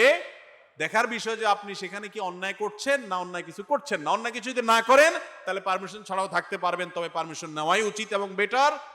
আর পারমিশন বলতে অন্তত তাকে ইনফরমেশন দেওয়া উচিত।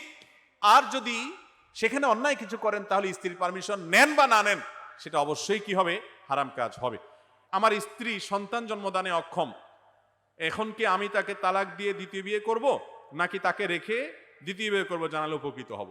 ভাইরা আমার, কোন নারী যদি বিভিন্ন ডাক্তারি পরীক্ষা দ্বারা প্রমাণিত হয় যে তার স্বাস্থ্যগত সমস্যার কারণে সন্তান হচ্ছে না, চিকিৎসা করিয়েছেন, কোনো আলামত নাই হওয়ার, তাহলে আপনি দ্বিতীয় বিয়ে করার রাইট আছে, দ্বিতীয় বিয়ে করেন, সন্তান সন্ততি হোক।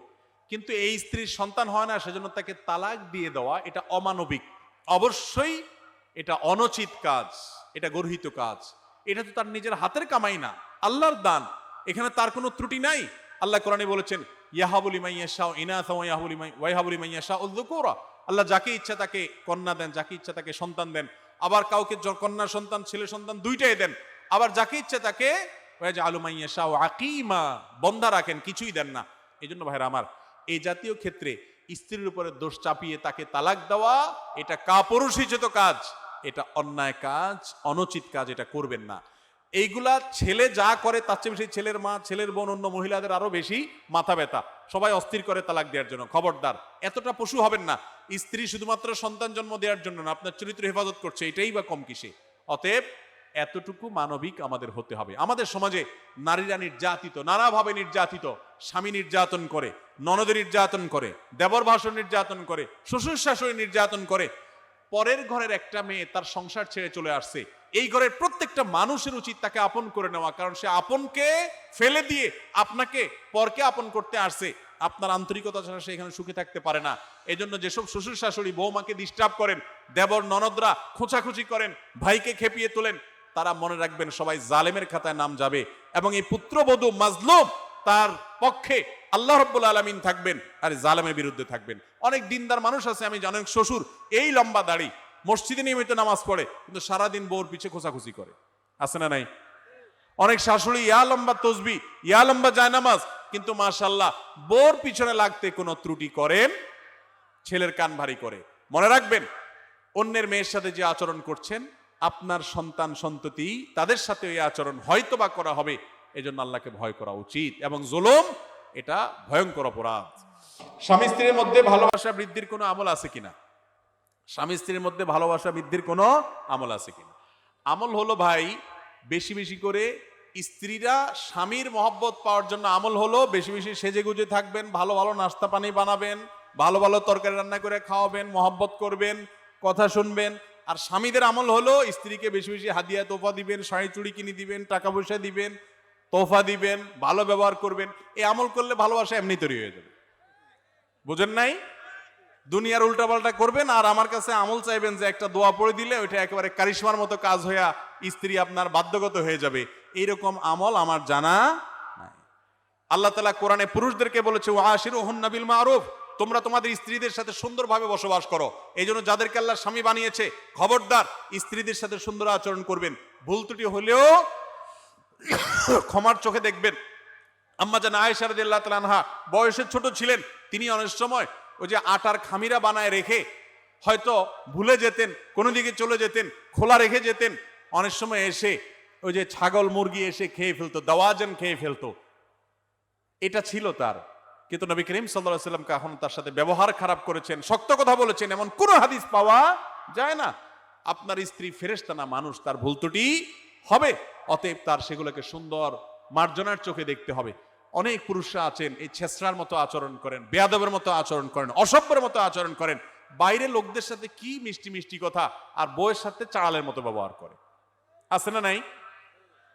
মহিলা কাস্টমার আসছে দোকানে, হ্যাঁ আপা আপা বলেন কি লাগবে কি না লাগবে, আপা বসেন, এই আপারে চেয়ার দাও, অস্থির আপার সাথে। আর বউয়ে ফোন দিছে, একটা বেশি দুইটা কথা বলছে, তোমার না বলছি এত বক বক করবো না, আমার কাস্টমার আছে সামনে, কি বলবা জলদি বলো, ঠিক না ভাই? ঠিক। অথচ সবচেয়ে সুন্দর ব্যবহার উপযুক্ত আপনার স্ত্রী, সবচেয়ে সুন্দর ব্যবহার পাওয়ার উপযুক্ত আপনার স্বামী।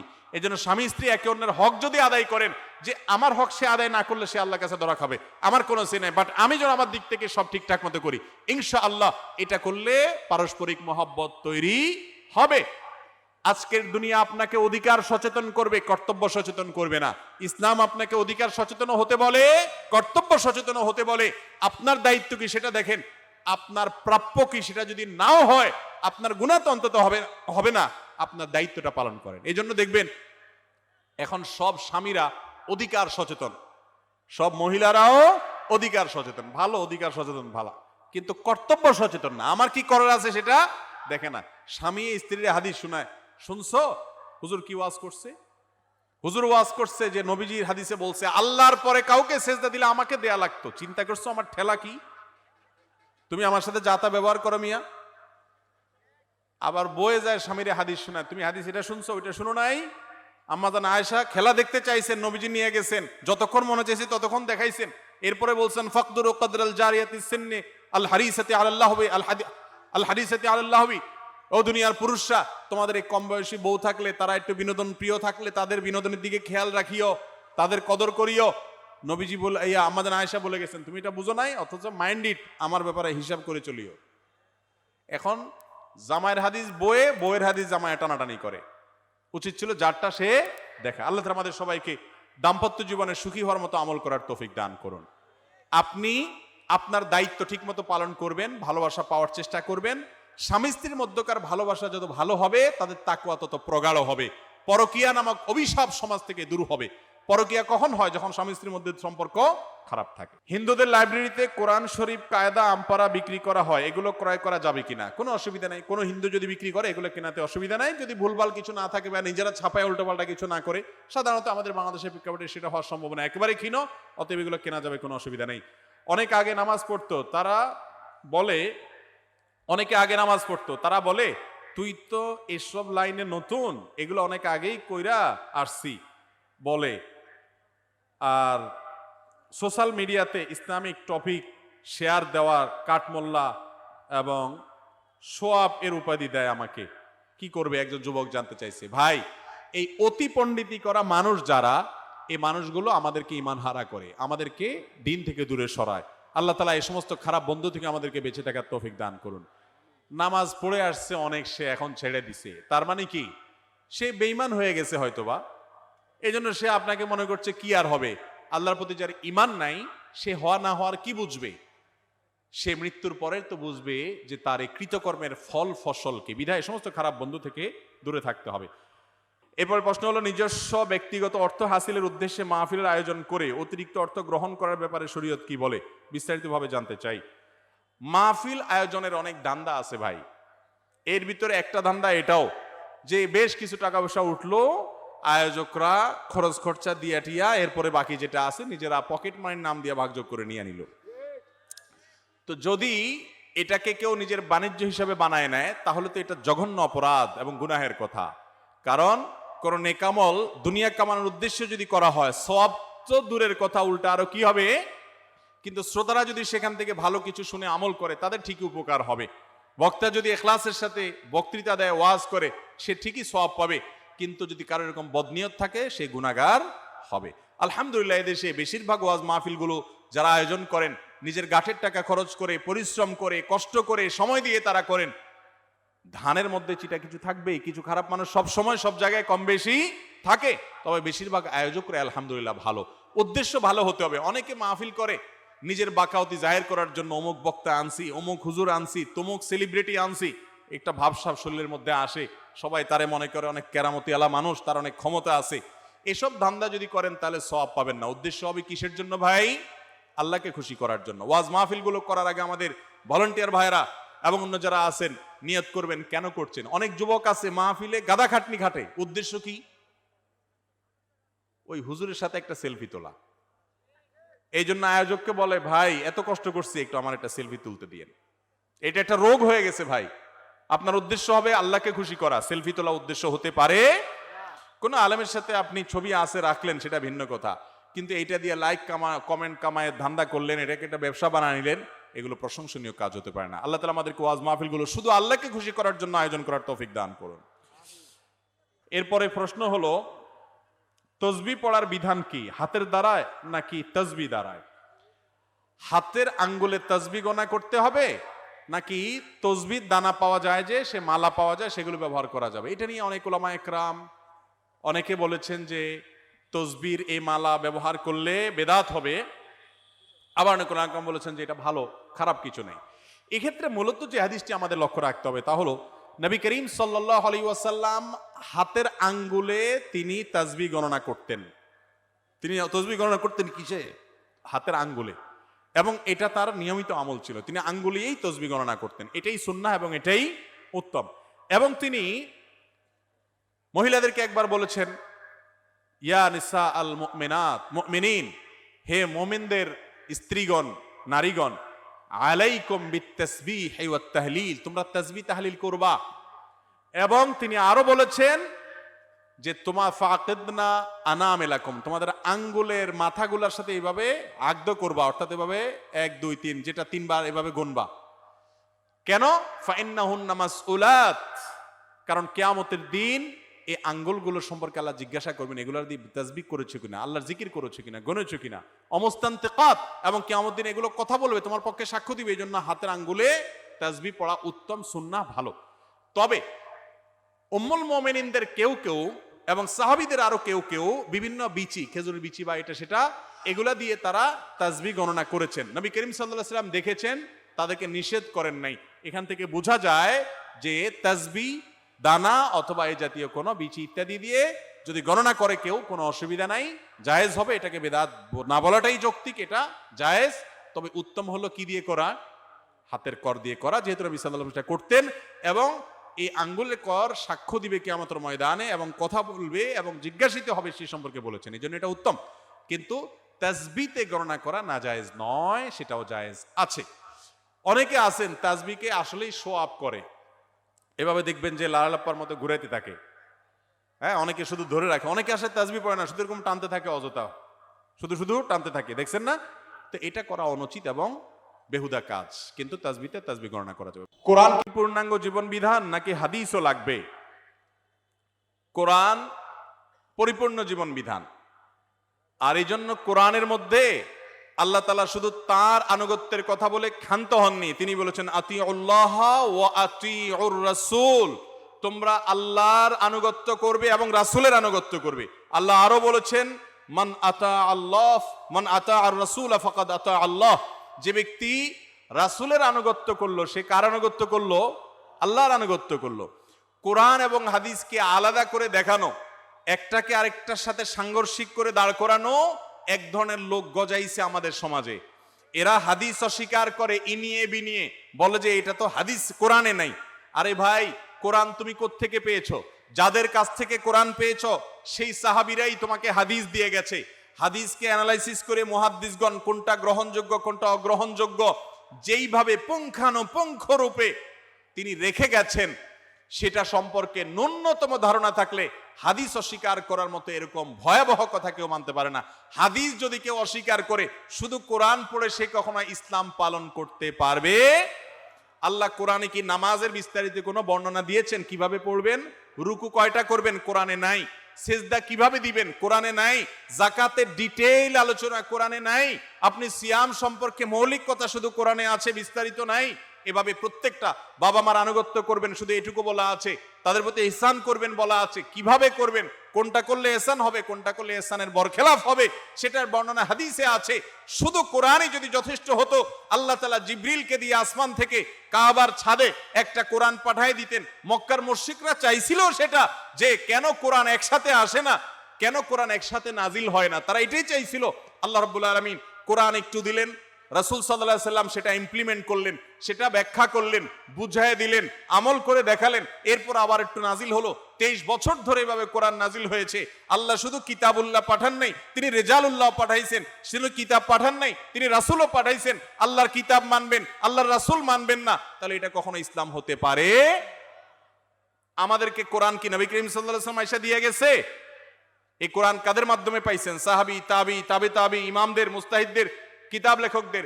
যারা এগুলো অস্বীকার করে, আমাকে একজন বলে, ভাই বলেন তো কোরআন তাহলে হাদিস কেন তাহলে ইমাম বুখারীর যুগে আয়েশা লেখা হলো, তার আগে এই যে শত বছর পার হয়ে গেল তখন কেন হাদিস লেখা হলো না?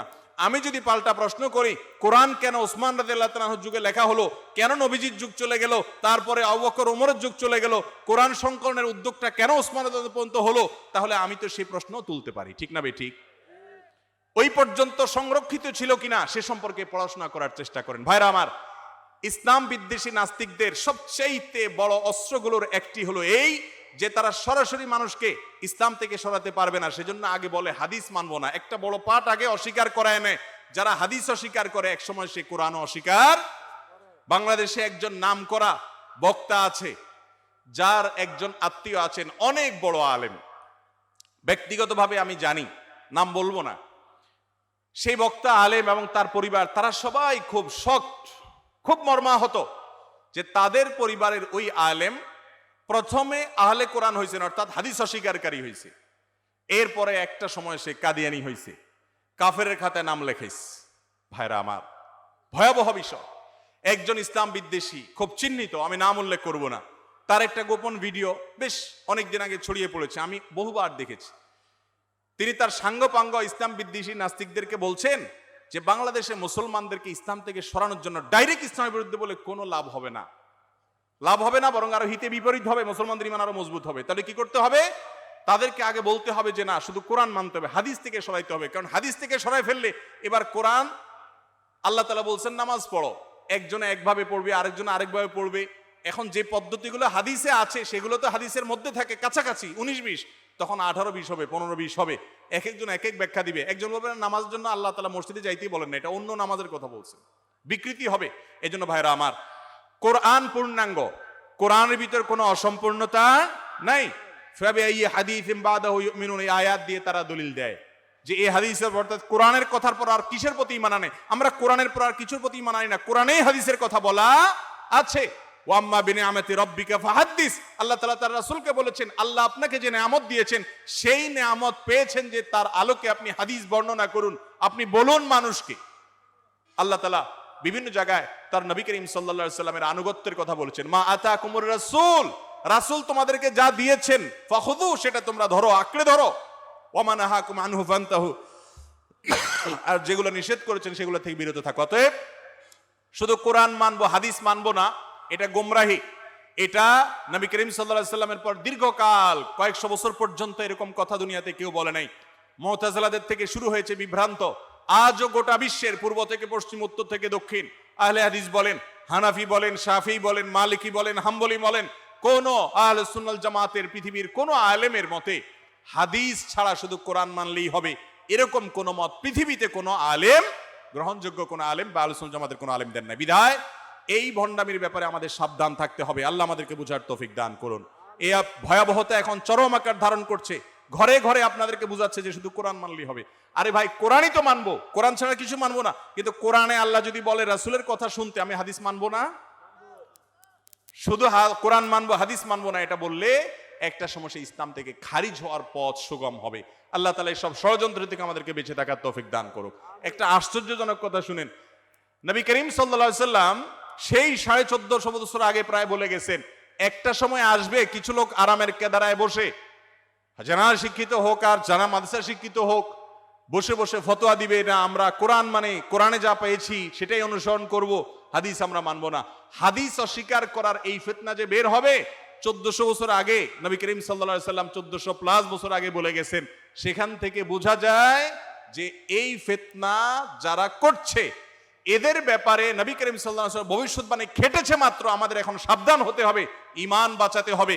কোরআন এবং হাদিস উভয়টার, বিশুদ্ধ হাদিস এবং কোরআনের অনুসরণ ছাড়া আমরা পূর্ণাঙ্গ ইসলাম মানতে পারবো। কোরআনে নামাজের আগে পবিত্রতা কিভাবে অর্জন করবেন, ওযু কিভাবে করবেন, গোসল কিভাবে করবেন, আপনি আজানটা কিভাবে দিবেন, কোরআনে তার কোনো বিবরণ আছে? ইদা নুদিয়া লিস-সালাতি মিন ইয়াউমিল জুমআহ, কোরআনে বলা আছে নামাজের জন্য যখন আহ্বান করা হবে, কিভাবে আহ্বান হবে, কি বাক্য দিয়ে আহ্বান হবে, তার বিস্তারিত আছে কোথায়? হাদিসে। অতএব হাদিস ছাড়া কোরআন এটা কোনোদিনই মেনে পরিপূর্ণ দিনের উপরে চলা কোনোদিনই সম্ভব নয়। এরপর প্রশ্ন হলো, বিভিন্ন খেলোয়াড়দের জার্সি পরে নামাজ পড়লে নামাজ হবে কিনা?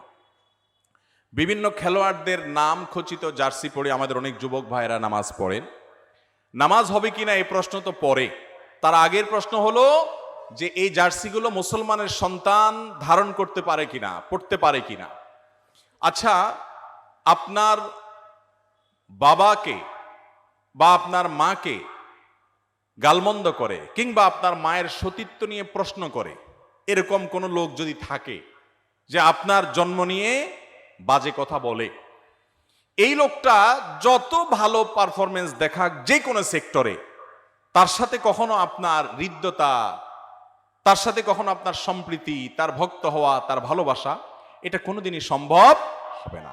তিনি হয়তো স্বাধীন নাগরিক হিসাবে, স্বাধীন মানুষ হিসাবে তিনি তার মতো চলাফেরা করবেন, আপনি আপনার মতো করবেন। আপনি হয়তো নিজে তার উপর কোনো প্রকার জুলুম বিচার করতে যাবেন না, আইন হাতে তুলে নিতে যাবেন না, বা দায়িত্ব আপনি নিজের কাঁধে তুলে নিয়ে কোনো কিছু করতে যাবেন না।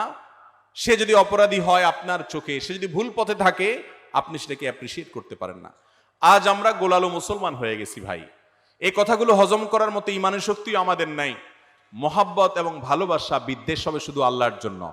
আপনি যদি অতি উদার হন এবং অতি উদার হয়ে আল্লাহর সঙ্গে কুফরি করে নিজেদের শরীরে এমন সব ট্যাটু অঙ্কন করে রেখেছে যেই ট্যাটুগুলো সরাসরি মুসলমানদের বিরুদ্ধে শত্রুতার স্বাক্ষর রাখে, প্রমাণ রাখে, এই রকম লোক, অথবা এই ট্যাটু আঁকা না থাকুক, এই মানুষগুলোকে আপনি পরম ভালোবাসা মায়া দিয়ে তাদের ভক্তি প্রকাশ করে তাদের জার্সি গায়ে পড়ছেন।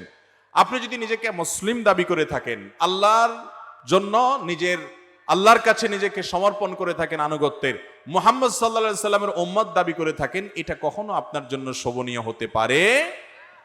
আপনার ভালোবাসা বিদ্বেষ হবে কার খাতিরে? আল্লাহর খাতিরে। অতএব যে ব্যক্তি আপনার আল্লাহর প্রতি ঈমান আনে না, যে নিরীহ ফিলিস্তিনিদের উপরে বোমা মারাকে সমর্থন করে, সে যত ভালো খেলুক, যত ভালো পারফরমেন্স করুক, একজন মুসলমানের কাছে সে কখনো প্রিয় হতে পারে? এগুলো আজকাল আমাদের ভেতর থেকে হারিয়ে গেছে ভাইরা আমার। একটা কথা ফেসবুকে খুব জোরে সোরে উঠছে যে ভাই শীতের মৌসুম চলছে, একটা জার্সি না কিনে কোনো খেলোয়াড়ের নাম ঘোষিত জার্সি না কিনে একটা গরিব বাচ্চাকে শীতের এক জোড়া মোজা কিনে দেন, এটা আপনার জন্য সার্থকতা হবে। ওই জার্সি পরে যে স্বাদ তো পাচ্ছেন, আপনি ভালোবাসেন একটা লোককে, তার জার্সি পরছেন, এই ভালোবাসার কারণে যে তৃপ্তি পাচ্ছেন, আমি আল্লাহর শপথ করে বলছি একটা গরিব ফ্যামিলি বস্তিতে আপনার আশেপাশে কোনো বাচ্চা শীতের মধ্যে হাঁটছে, পায়ে মোজা নাই, এক জোড়া মোজা কিনে নিয়ে ওরে পরায় দেন, ওর মা বাবার কাছে দিয়ে দেন, আল্লাহর কসম আপনার তৃপ্তি, আপনার ভালো লাগাটা ওই জার্সি পরার চাইতে অনেক বেশি হবে। এসব কথা বললে আজকাল অনেকে বলে তাহলে আপনারা এই মাইকে ওয়াজ বন্ধ করে খালি গলায় করেন, এই টাকাটা মানুষকে দান করেন। আপনারা লাইট দুইটা বন্ধ করে একটা দিয়ে টিম আলোর মধ্যে কথা বলেন। আপনি ভালো খানা খায়েন না, মাছ বাদ দিয়ে আপনি সবজি দিয়ে খান, খেয়ে দান করেন। ভাই নিজের জন্য খরচ করা প্রয়োজন অনুযায়ী শরীয়তে জায়েজ না জায়েজ? আমার শরীরের জন্য, আমার চোখের জন্য যা দরকার সেটা আমি খরচ করতে পারি, আল্লাহ তাআলা সে অনুমতি দিয়েছেন এবং এটা যৌক্তিক। কিন্তু ভিনদেশী মানুষের পতাকা দিয়ে আমার দেশ ছেয়ে যাবে, যে দেশে এখনো শীতে, কনকনে শীতে শহরে গ্রামে রাস্তার আশেপাশে ফুটপাতে মানুষ শুয়ে থাকে, এটা কোনো বিবেকবান সমাজে হতে পারে? বাড়ির পুরো কালার পছন্দের দলের পতাকা দিয়ে উনি রং করেছেন, অথচ এই সমাজে বহু মানুষ একটুখানি মাথা গোজার ঠায়ের অভাবে ফুটপাতে শুয়ে কনকনে শীতের মধ্যে কাঁপছে। ঠিক না বেঠিক? আপনি আপনার দেশের জন্য, আপনি আপনার সমাজের জন্য, আপনার নিজের জন্য কিছু করতেন, তাও ভালো কথা। কোথাকার কোন কাফের মুশরিকের জন্য, কোথাকার কোন ভিনদেশী মানুষের জন্য আপনার এই মায়া মমতা? নিজেরা আশেপাশে অনেক কষ্টে থাকা মানুষ, তাদেরকে উপেক্ষা করে, আর তাদেরকে উপেক্ষা করেন বা না করেন, আপনি নিজের জন্য কিছু অন্তত করেন। এই অর্থহীন খরচকে কোনো অবস্থাতে সমর্থন করা যায়? দুঃখজনক যে আমাদের মিডিয়াগুলো এটাকে খুব অ্যাপ্রিসিয়েট করে, এটাকে ইতিবাচক ভাবে প্রকাশ করে, অমুকে তার ঘরকে অমুক দলের পতাকা দিয়ে সাজিয়েছে। ভাইরা আমার, এটা কখনো কোনো বিবেকবান মানুষের কাজ হতে পারে? আপনি শৌখিনতা করেন শরিয়ার গণ্ডির মধ্যে থেকে, অপচয় অপব্যয় করেন না। শরীয়ত যতটুকু করার সুযোগ দিয়েছে তার মধ্যে থেকে আপনি করেন। আপনি একটা ভালো গাড়ি কিনেছেন, আপনি একটা ভালো জামা কিনেছেন, পছন্দের করেন, এগুলো শরীয়তে নাজায়েজ নয়।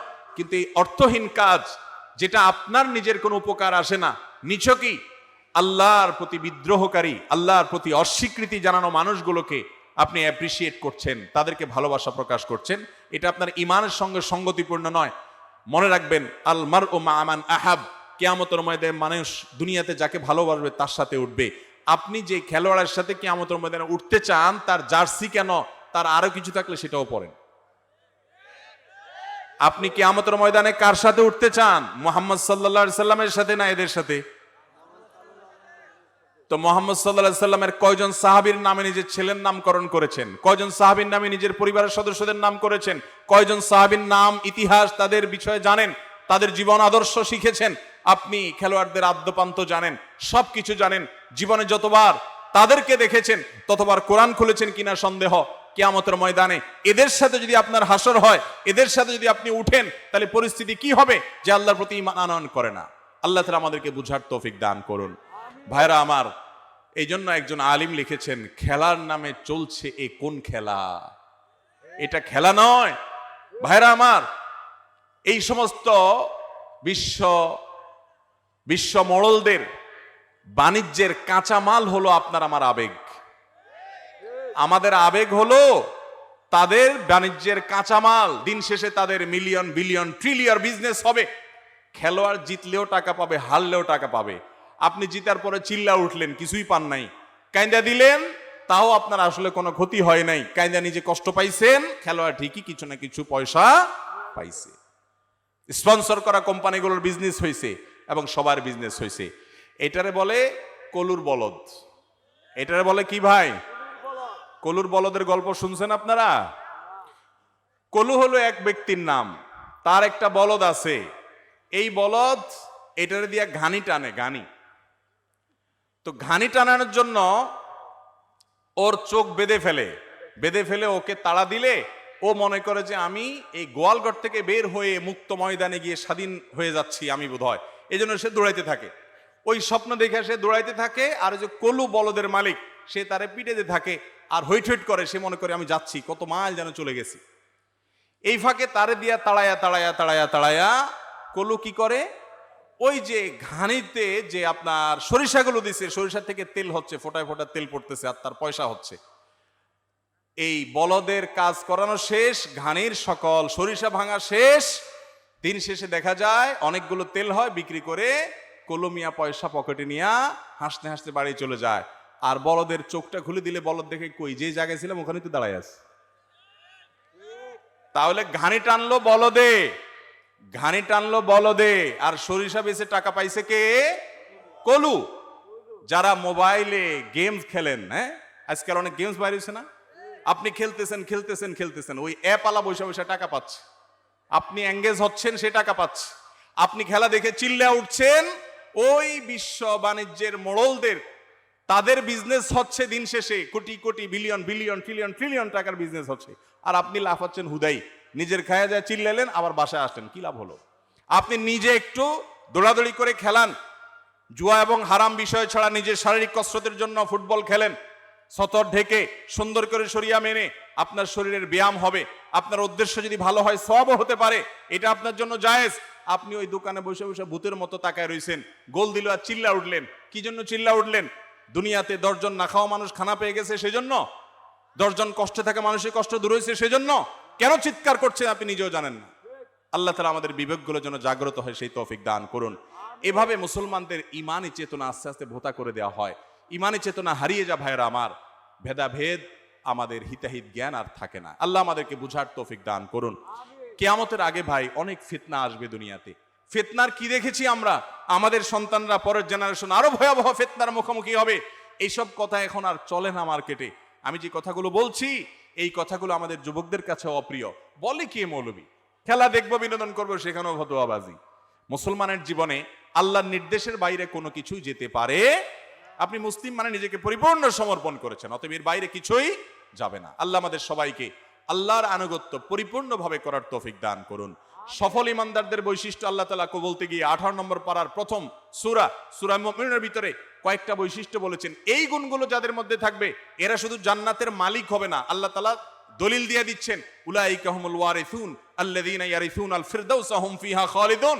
এই গুণের মানুষগুলো জান্নাতুল ফিরদাউসের মালিক হবে, আল্লাহ দলিল দিচ্ছেন, এবং জান্নাতুল ফিরদাউস তাদের হবে আল্লাহ জানিয়ে দিচ্ছেন। সেই গুণগুলোর ভিতরে একটা গুণ হলো ওয়াল্লাযীনা হুম আনিল লাগবি মুরিদুন, বেহুদা কাজ থেকে যে বেঁচে থাকে, এই খেলাধুলার পেছনে দৌড়াদৌড়ি করা, ফলো আপ করা, এগুলা সেরকম বেহুদা কাজ। তবে কোন খেলোয়াড়ের নাম খচিত জার্সি পরে নামাজ পড়লে নামাজ হয়ে যাবে, কিন্তু এটা অনুচিত এবং মাকরুহ। আর যদি ছবি থাকে তাহলে সেক্ষেত্রে এটা আরো ডেঞ্জারাস, বাট ফরজ আদায় হয়ে যাবে কোনো মতে। আল্লাহ আমাদের বোঝার তৌফিক দান করুন।